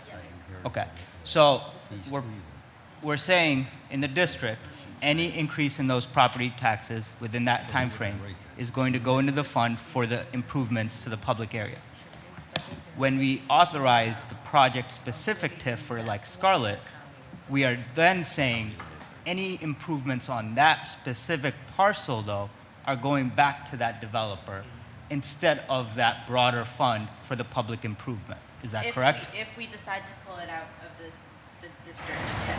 Is that what happened? Issue it Ooh, sorry, I didn't mean to cut you. project-based TIF. Yes, that is what happened. in that Okay, case. so in Project Scarlet, for example, any property improvements on their parcel now will not go towards the larger fund to improve the roads, bridges, all of that stuff. Am I Correct. Project. still following? Yeah, I follow, Oh, yes. like I'm You're- still on the you right are path? correct. I'm understanding correctly? You are, yes. Okay, so through the chair to the director and the chief then, so are there plans to provide additional TIFs, project-specific, within this south TIF for the midline area? I know we're trying to attract other bigger companies, development projects, so I wanted to understand what's the vision? So, through the chair to Councilman Shaw, I think as of yet undetermined, I would say that broadly speaking, we have talked about the midline, which is a critically important part of this, right? You know, one thing that we always talk about, we don't actually have a housing affordability problem in Cleveland, we have an income problem, right? Like, we need jobs, we need quality jobs.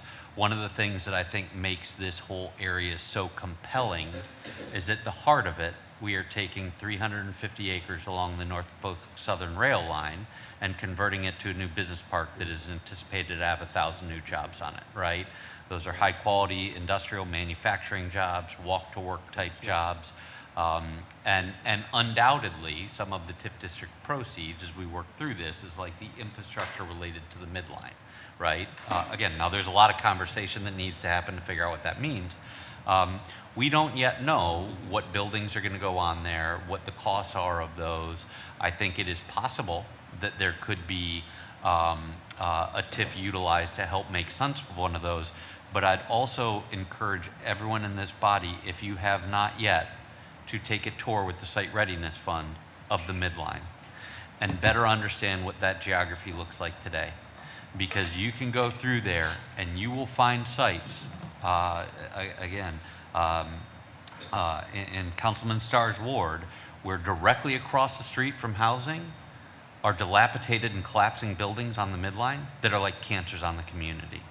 And when we pull that out and put a new building in that's worth $20, $40 million, whatever that price tag is, even if you TIF it, that is going to have a positive impact on properties that surround it. It'll trickle down.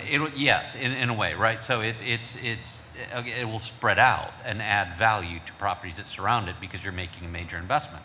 Now, again, this stuff is all very complex. You know, one of the things that the Cleveland Foundation is looking at is creating a fund that can help with property tax relief for residents, right? Like in the Huff portions of this. So again, putting a glass cap on disinvestment is an option that we have, right? It is good to tear down those vacant, dilapidated buildings, put a new building, but yes, that will increase property values.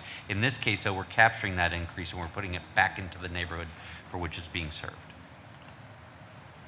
Okay, thank you. And to just highlight again, in what you just talked about, the Cleveland Foundation or any other foundation that's considering that is also doing that because when we are passing these, it is putting an undue burden on the current and existing taxpayers because, can I finish? Through the chair, oh, please, yes.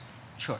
I understand that, like in the district, every parcel will get frozen, and then their funds go into that improvement. But if we are to do project-specific ones, which we have not closed the door on, and in fact will likely be the scenario that they come to us because they've seen us do that with the other district TIFs, it's going to be a line of them coming down.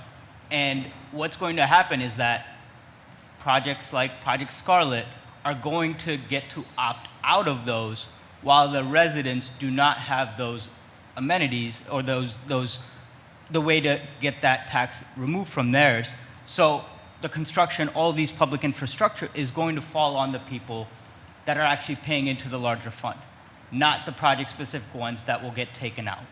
Can you tell me where I'm following wrong with that assumption? Yeah, through the chair to Councilman Shaw, I would disagree with that. And look, this is what I say. It's like you can't put a glass cap on disinvestment, right?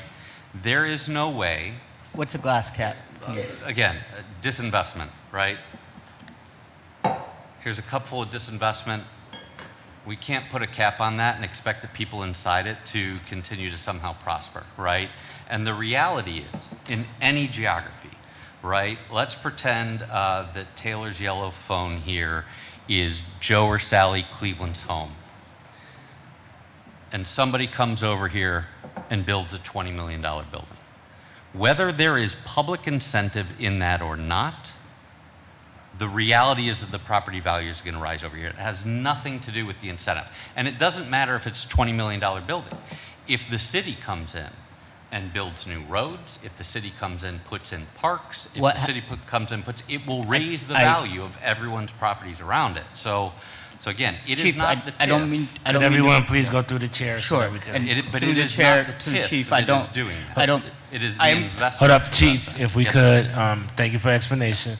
Hold up, let me make sure. Chief, finish your explanation if you could, and then I will give Councilman Shaw the floor. I just want to be clear because I feel like this is a common misconception of these things. It is not the TIF that does that. It is investments that are made, regardless of how those, whether they are subsidized by the public or not, right? When someone makes an investment, values will go up. That is just the reality of the situation. Thank you, Councilman Shaw. I appreciate that. And Chief, the reason why I'm cutting you off, I think at this point, I hope it's made clear to you that I am trying to understand it, and I think I understand the basics. So if I'm misunderstanding of the basics, please correct me. But it's okay you don't have to explain the whole thing every time. In terms of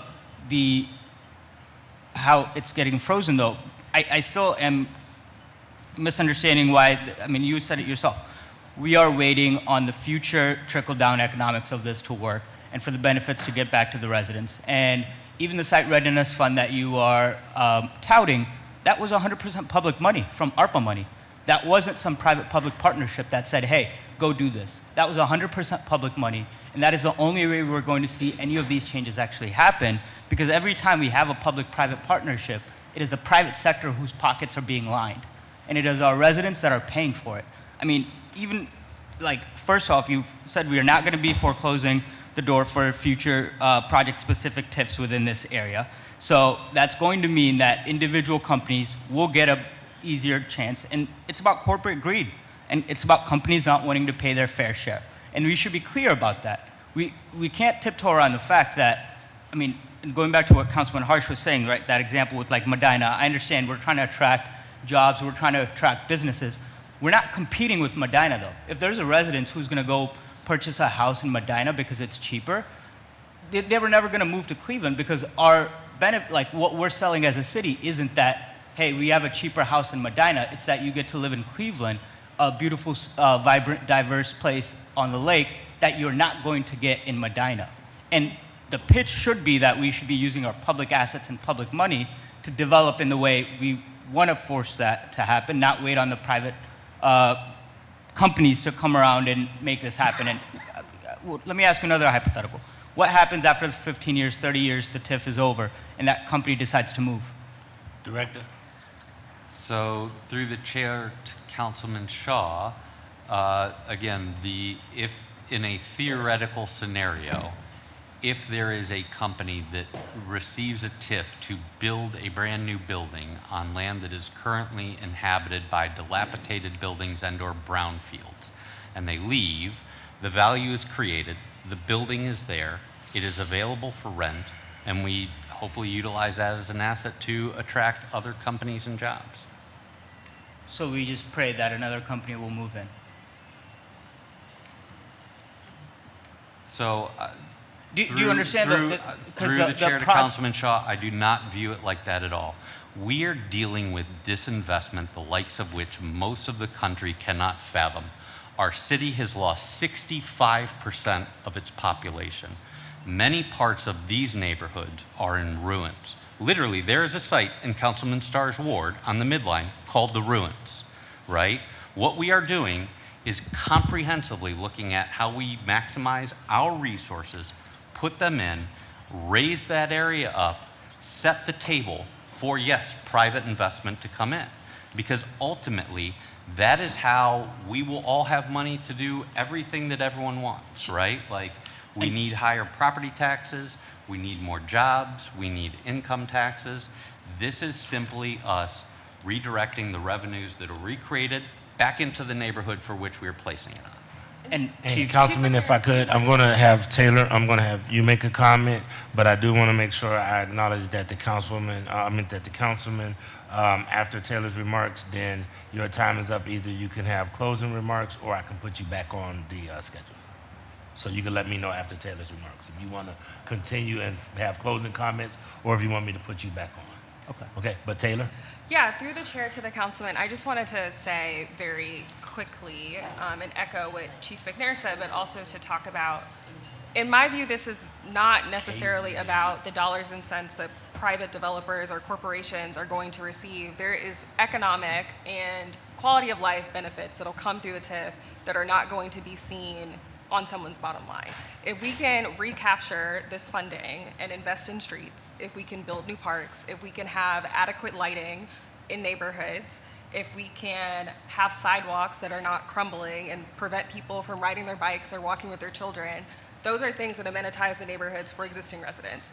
Right now, when those property taxes go up in the way that Chief McNair demonstrated, there's $500 million of investment that is coming to this geography. And those taxes are going to go somewhere, and they aren't necessarily going to immediately go to that. And that provides, I think, in all of our opinion, an opportunity to provide a direct service to the people that currently live in those neighborhoods that they desperately need. And secondarily, I think it is absolutely 100% true to Councilman Harsh's points earlier that these neighborhoods are hemorrhaging residents to the suburbs. My family is from Collinwood. They're from Mount Pleasant. I grew up in Cleveland Heights. I have several friends, specifically friends that have lived or their families were in historically redlined communities. They live in Bedford. They live in South Euclid. They live somewhere else in these east side suburbs. If we don't intervene and throw all of the tools that we have in our portfolio at this, that story will continue for the children that I might have, for the children that my friends might have, and for other people that currently live in these neighborhoods. And so while I completely understand the concerns and the discomfort that might come with the ability or the possibility in the future that a private corporation might pop out of the TIF and not contribute, I'm not sure if I agree that that is a solid reason for us not to think about what are the fringe benefits that we could implement right now for the people that live in those communities right now.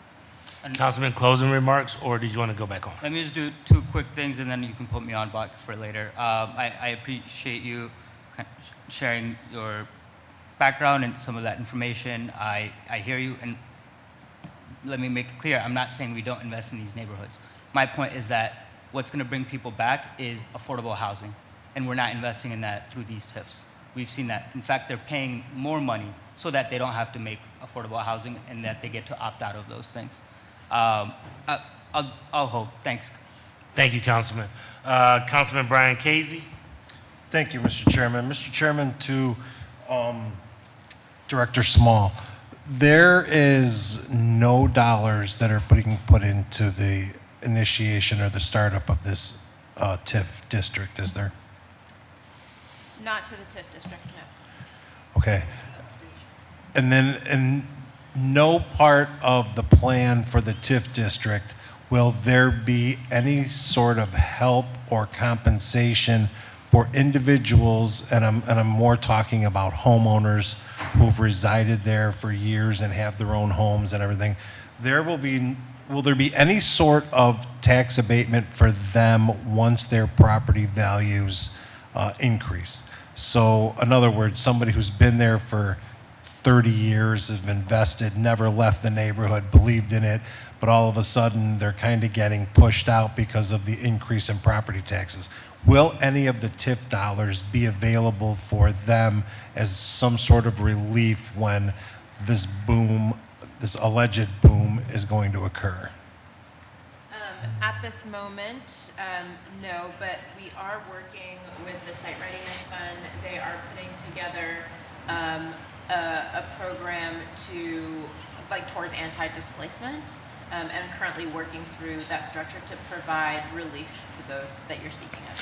So, Mr. Chairman, to Director Small, something could potentially be on the horizon so that we don't price out people who've actually stayed and weathered the storm and, you know, now they're getting priced out of their own neighborhoods like we've seen in other neighborhoods around the city. Through the chair, yes, it's being considered. It's something that we, are thinking about. All right, and then, Mr. Chairman, to Director Small, why would we allow somebody who's in a TIF district to pull out of that TIF district to do a single TIF? Through the chair, I think the thought process is we want this to be successful. We want the midline to be successful. And if it, right, any TIF that we do a but-for analysis. But for the TIF, like we are at the last resort. They come to the city after they've knocked on every door and they say, listen, this is the gap that we have to make this project happen. If we feel like it is a catalytic project that will allow other projects to pencil without our support and it's bringing a ton of jobs,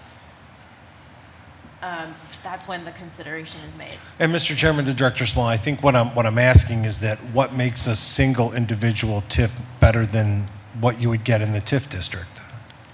So through the chair, the project-based TIF allows the developer or business to use those funds for things other than public infrastructure. So they can put that back into their project to allow the project to pencil. All right, then, Mr. Chairman, to Director Small, then why wouldn't everybody just do that as opposed to being a part of the TIF district? Well, through the chair, we're putting the TIF district in place, and we get to say whether they opt out or not. Okay, I'm asking. I mean, the administration, I would, just, Mr. Chairman, to Director Small, maybe you could provide this to us. How many projects have come to the city, I'll say in the last 5 years, where they've wanted a TIF and the city has told them no? And that could be an enormous amount, and I don't know the number, right? But if you could give us that. Through the chair, I don't have that number right now, but I know that I'm currently dealing with folks that are not too happy about me saying no to Okay. some. No, and again, that could be an enormous number, it could be a small number. I'm just wondering. Mr. Chairman, to Chief McNair, I went back and I went into Legislature and I Googled compensation agreement, had the staff Google compensation agreement.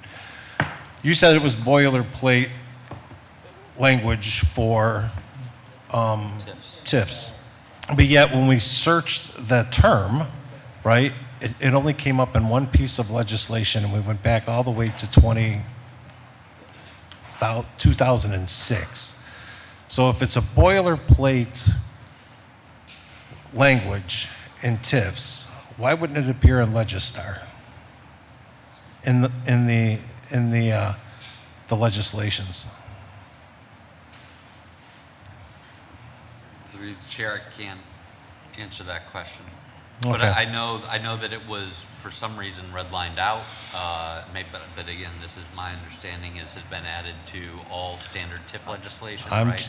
It does explain within the legislation itself, the non-schools portion of it further down, which kind of outlines. Yeah, Mr. Chairman, to the director or the chief, the only time compensation agreement comes up is in 673-2020. The East Bank Flats project, and we know how that ended up turning out for compensation agreements for CMSD. So would this piece of legislation at some future point be able to allow the CMSD not to receive 100% of the compensation? Through the chair, no. Okay.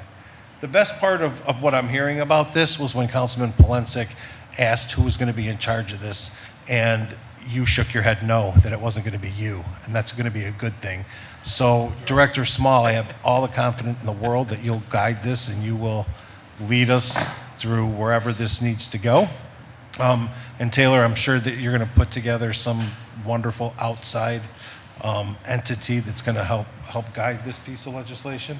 But I still think that this is just a pipe dream, right? It's typical, normal development rhetoric talk. I hope I'm wrong, because I would really, really, really love to see this portion of the city get turned around.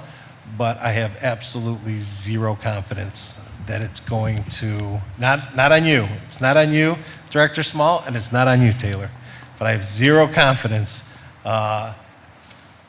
with the thorn that's amongst two roses that this will occur.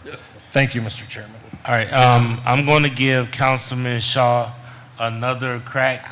Once again, he wanted to go back on, and then Councilman Starr and Councilwoman House Jones are the ones that are doing this. I want to caution everybody, this seems to become an exercise in philosophy.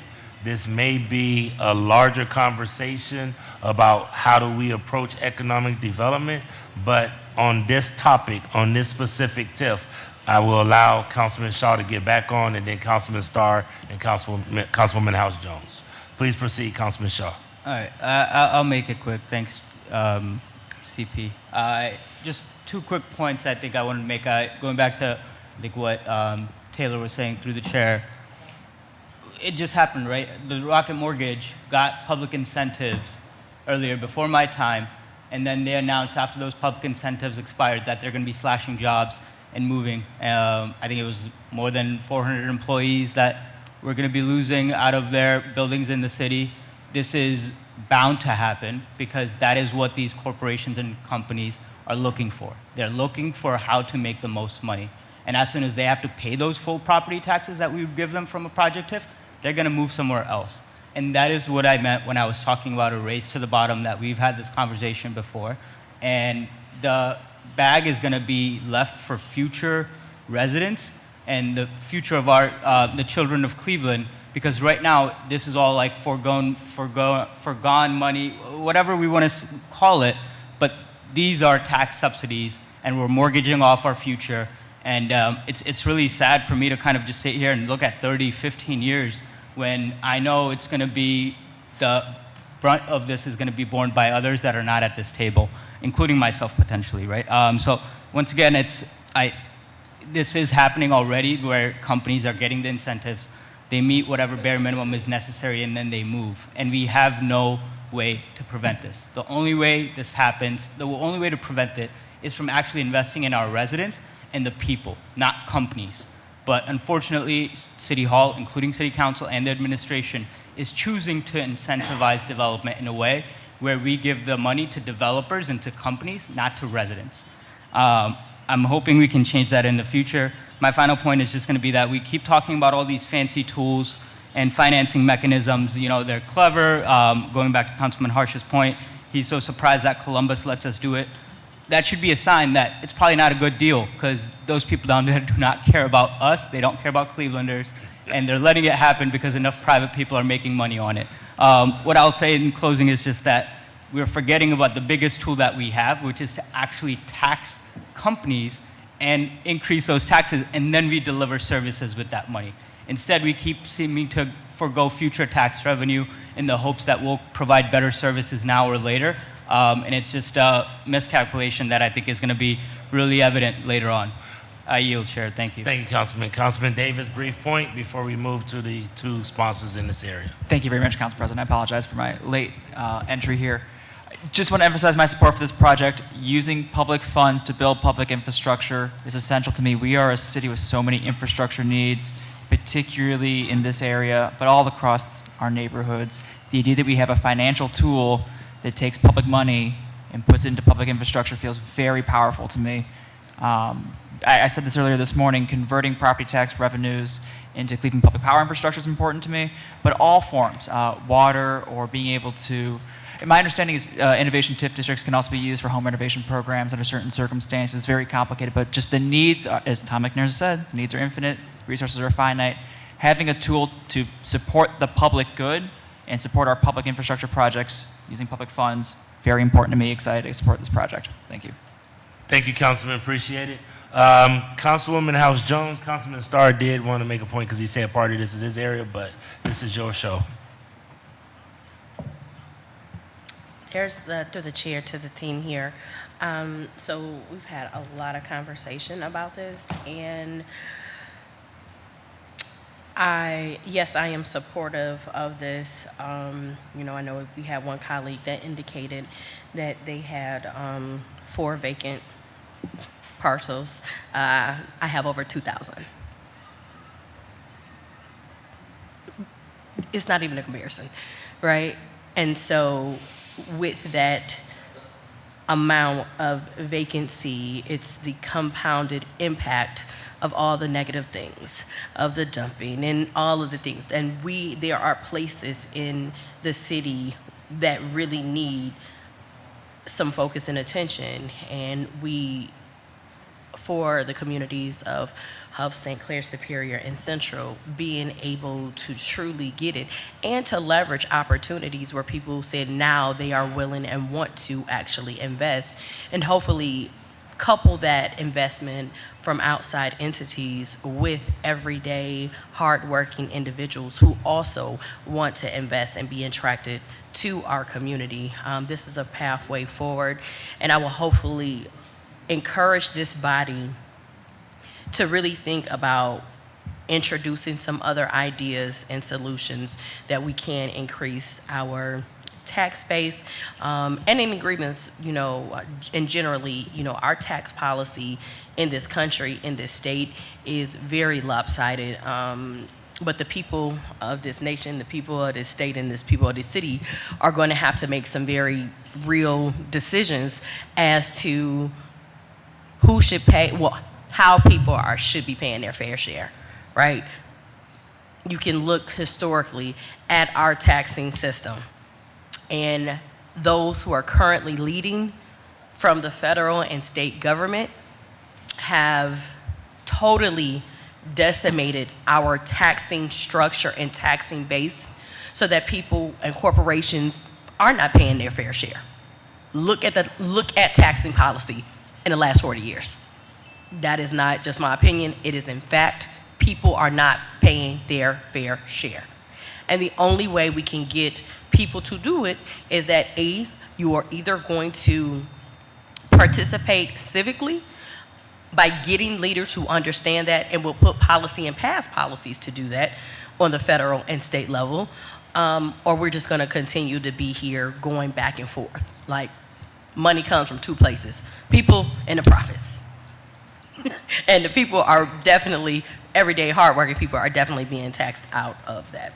But neither here nor there, this is a solution that hopefully will be able to capture the investments for years to come to put us in a much better position to attract people here and make it a reality for them to call Cleveland home. And we'll thank everybody for their support. Thank you. Councilman Starr has stepped out. He did want to make a statement, but let me say this.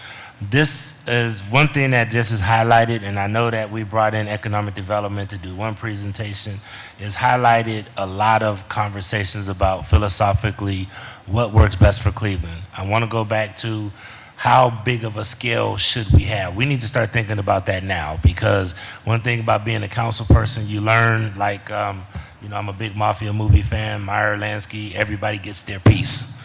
And when you see a tool like this, everybody's going to look to get their piece. So one, we need to figure out how big of a scale are we going to do this, because we can't just keep doing this exponentially. The second thing I want to caution everybody, a lot of these other cities that have expanded these TIFs don't have metro parks and don't have Tri-C that they're supporting. They have schools.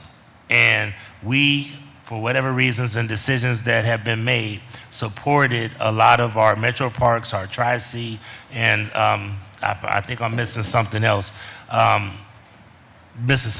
bottom line is, what is that? No, we don't do this county.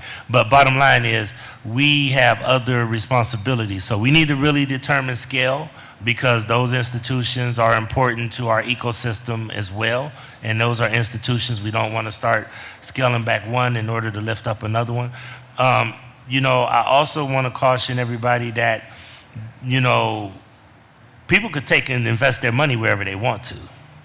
And at the end of the day, I think Councilman Harsh gave some very, very good comments, because I would tell you that I literally put developers and others in my car, and they tell me all the time, you know, it's challenging to do development in the city of Cleveland.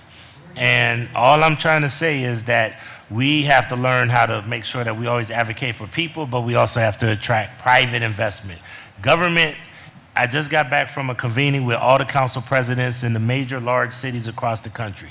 Phoenix, Los Angeles, Detroit, Chicago, every city in the country said the same thing.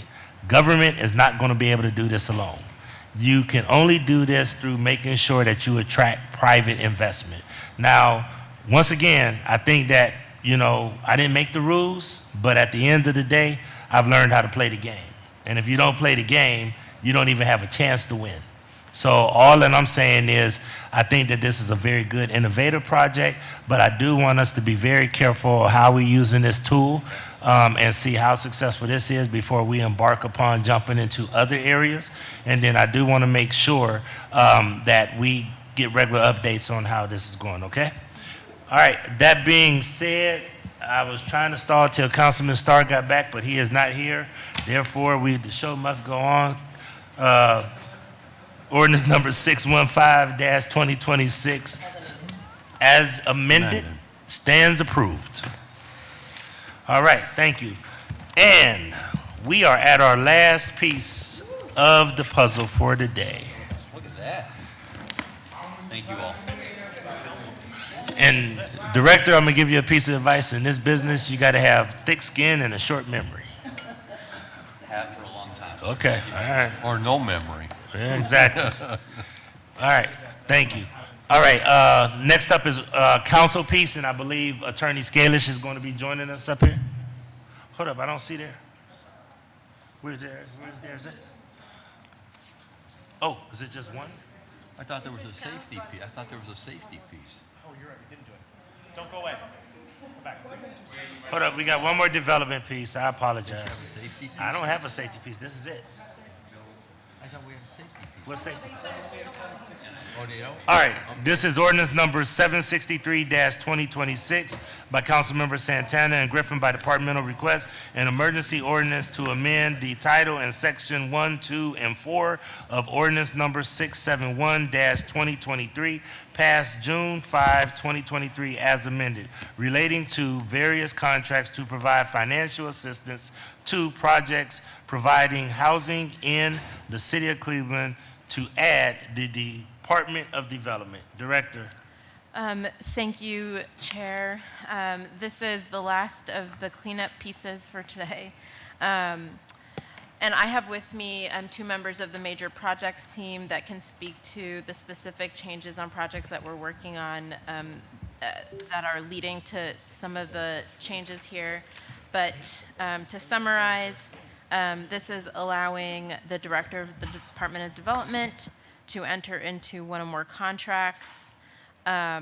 We are also, actually, and this is where I think I will hand it off to Arnold here to speak to Woodhill Choice, which is one of the projects listed in the file that references incorrect units, and that needs to be amended.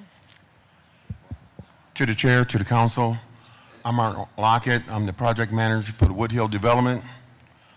Today I have an amendment to reflect the actual units of Woodhill Phase 4. Woodhill Phase 4 was initially presented with 139 units.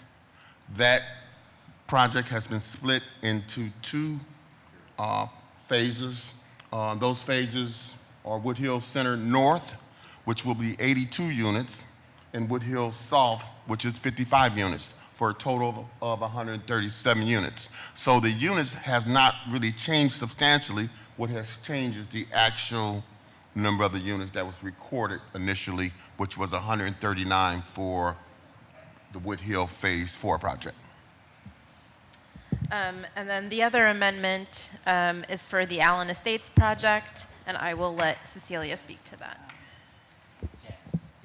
Thank you. To the chair, to the council. The Allen State project, Gateway 66, was originally presented as a market rate. However, which is better, it was funded to the general ARPA as a affordable home program, affordable unit program. So that's the only change from market rate being an affordable project.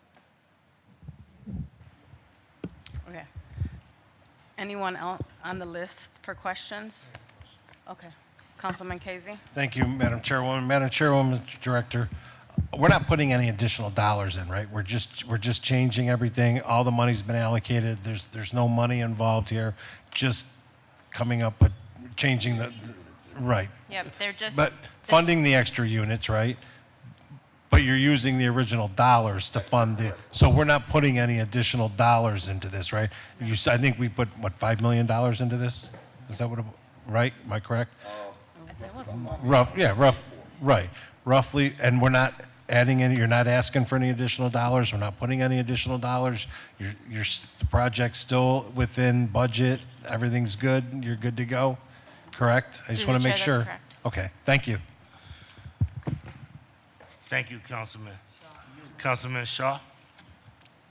Thank you, Chair. Just real quick, I wanted to understand, I know in this piece and a couple others earlier, we added the Department of Development along with where it was previously just community development, and this is another one of those.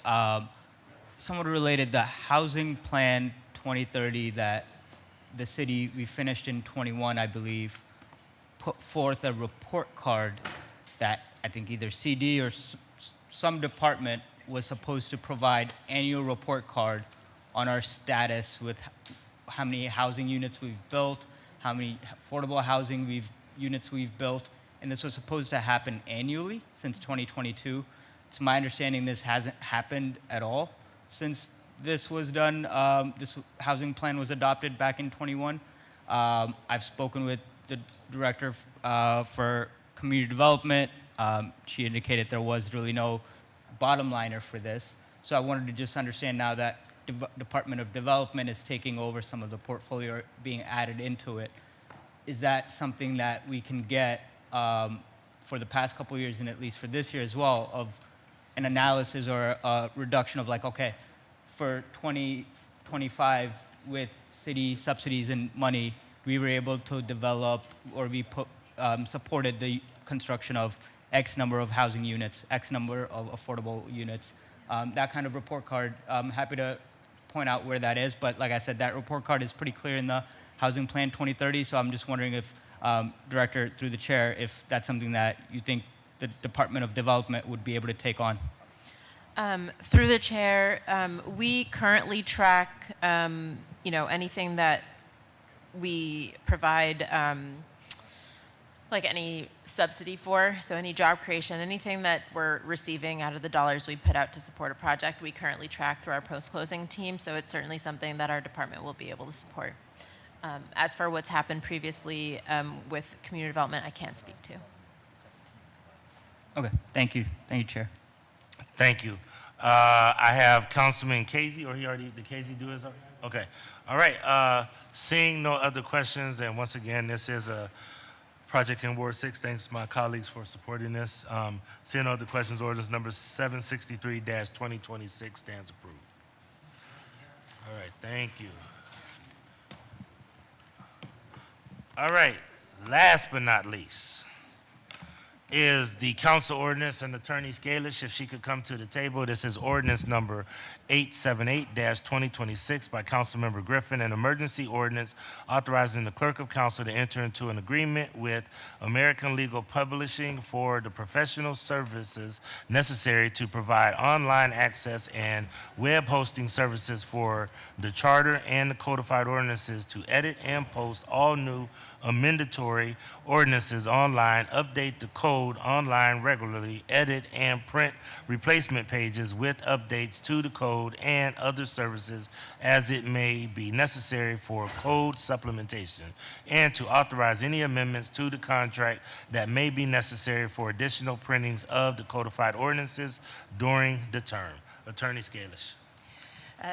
Through the chair to the council, this ordinance authorizes an agreement to continue with our publisher of the online updates and the codified ordinances hard copy supplements to the code. This is a 5-year agreement. It's a 1-year original term and 4 options to renew by the clerk. The initial certification of the ordinance is $11,795. Okay. Are there any questions regarding ordinance number 878-2026? All right, seeing no questions, ordinance -878-2026 stands approved. Please sign on. That concludes today's Committee of the Whole. I'd like to thank everybody for their participation. And this committee is adjourned. And Ms. Inez, how long will it be till you want us to reconvene? Can we have, so we'll get together at 3:45, which gives everybody plenty of time, okay?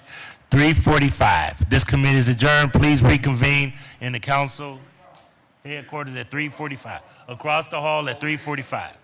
Huh? We're gonna go over there. Yeah, 3:45. We're going across the hall. This committee of the whole is adjourned. See everybody at 3:45.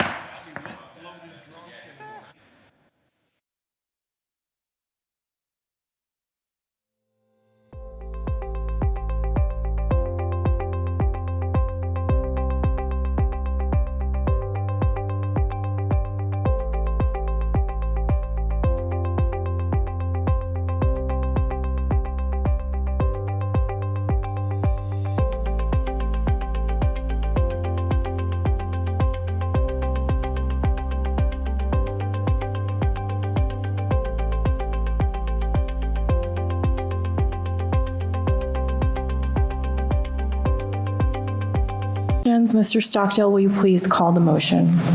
Ms. Ellicott? Yes. Mr. Billups? Yes. Mr. Briggs? Yes.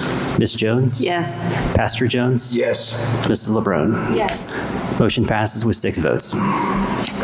Thank you. The resolution passes and is adopted. Is there any old business? Any new business? We do want to take a moment to commend Dr. Morgan, and although she's not here this evening, Ms. Peak on their recognition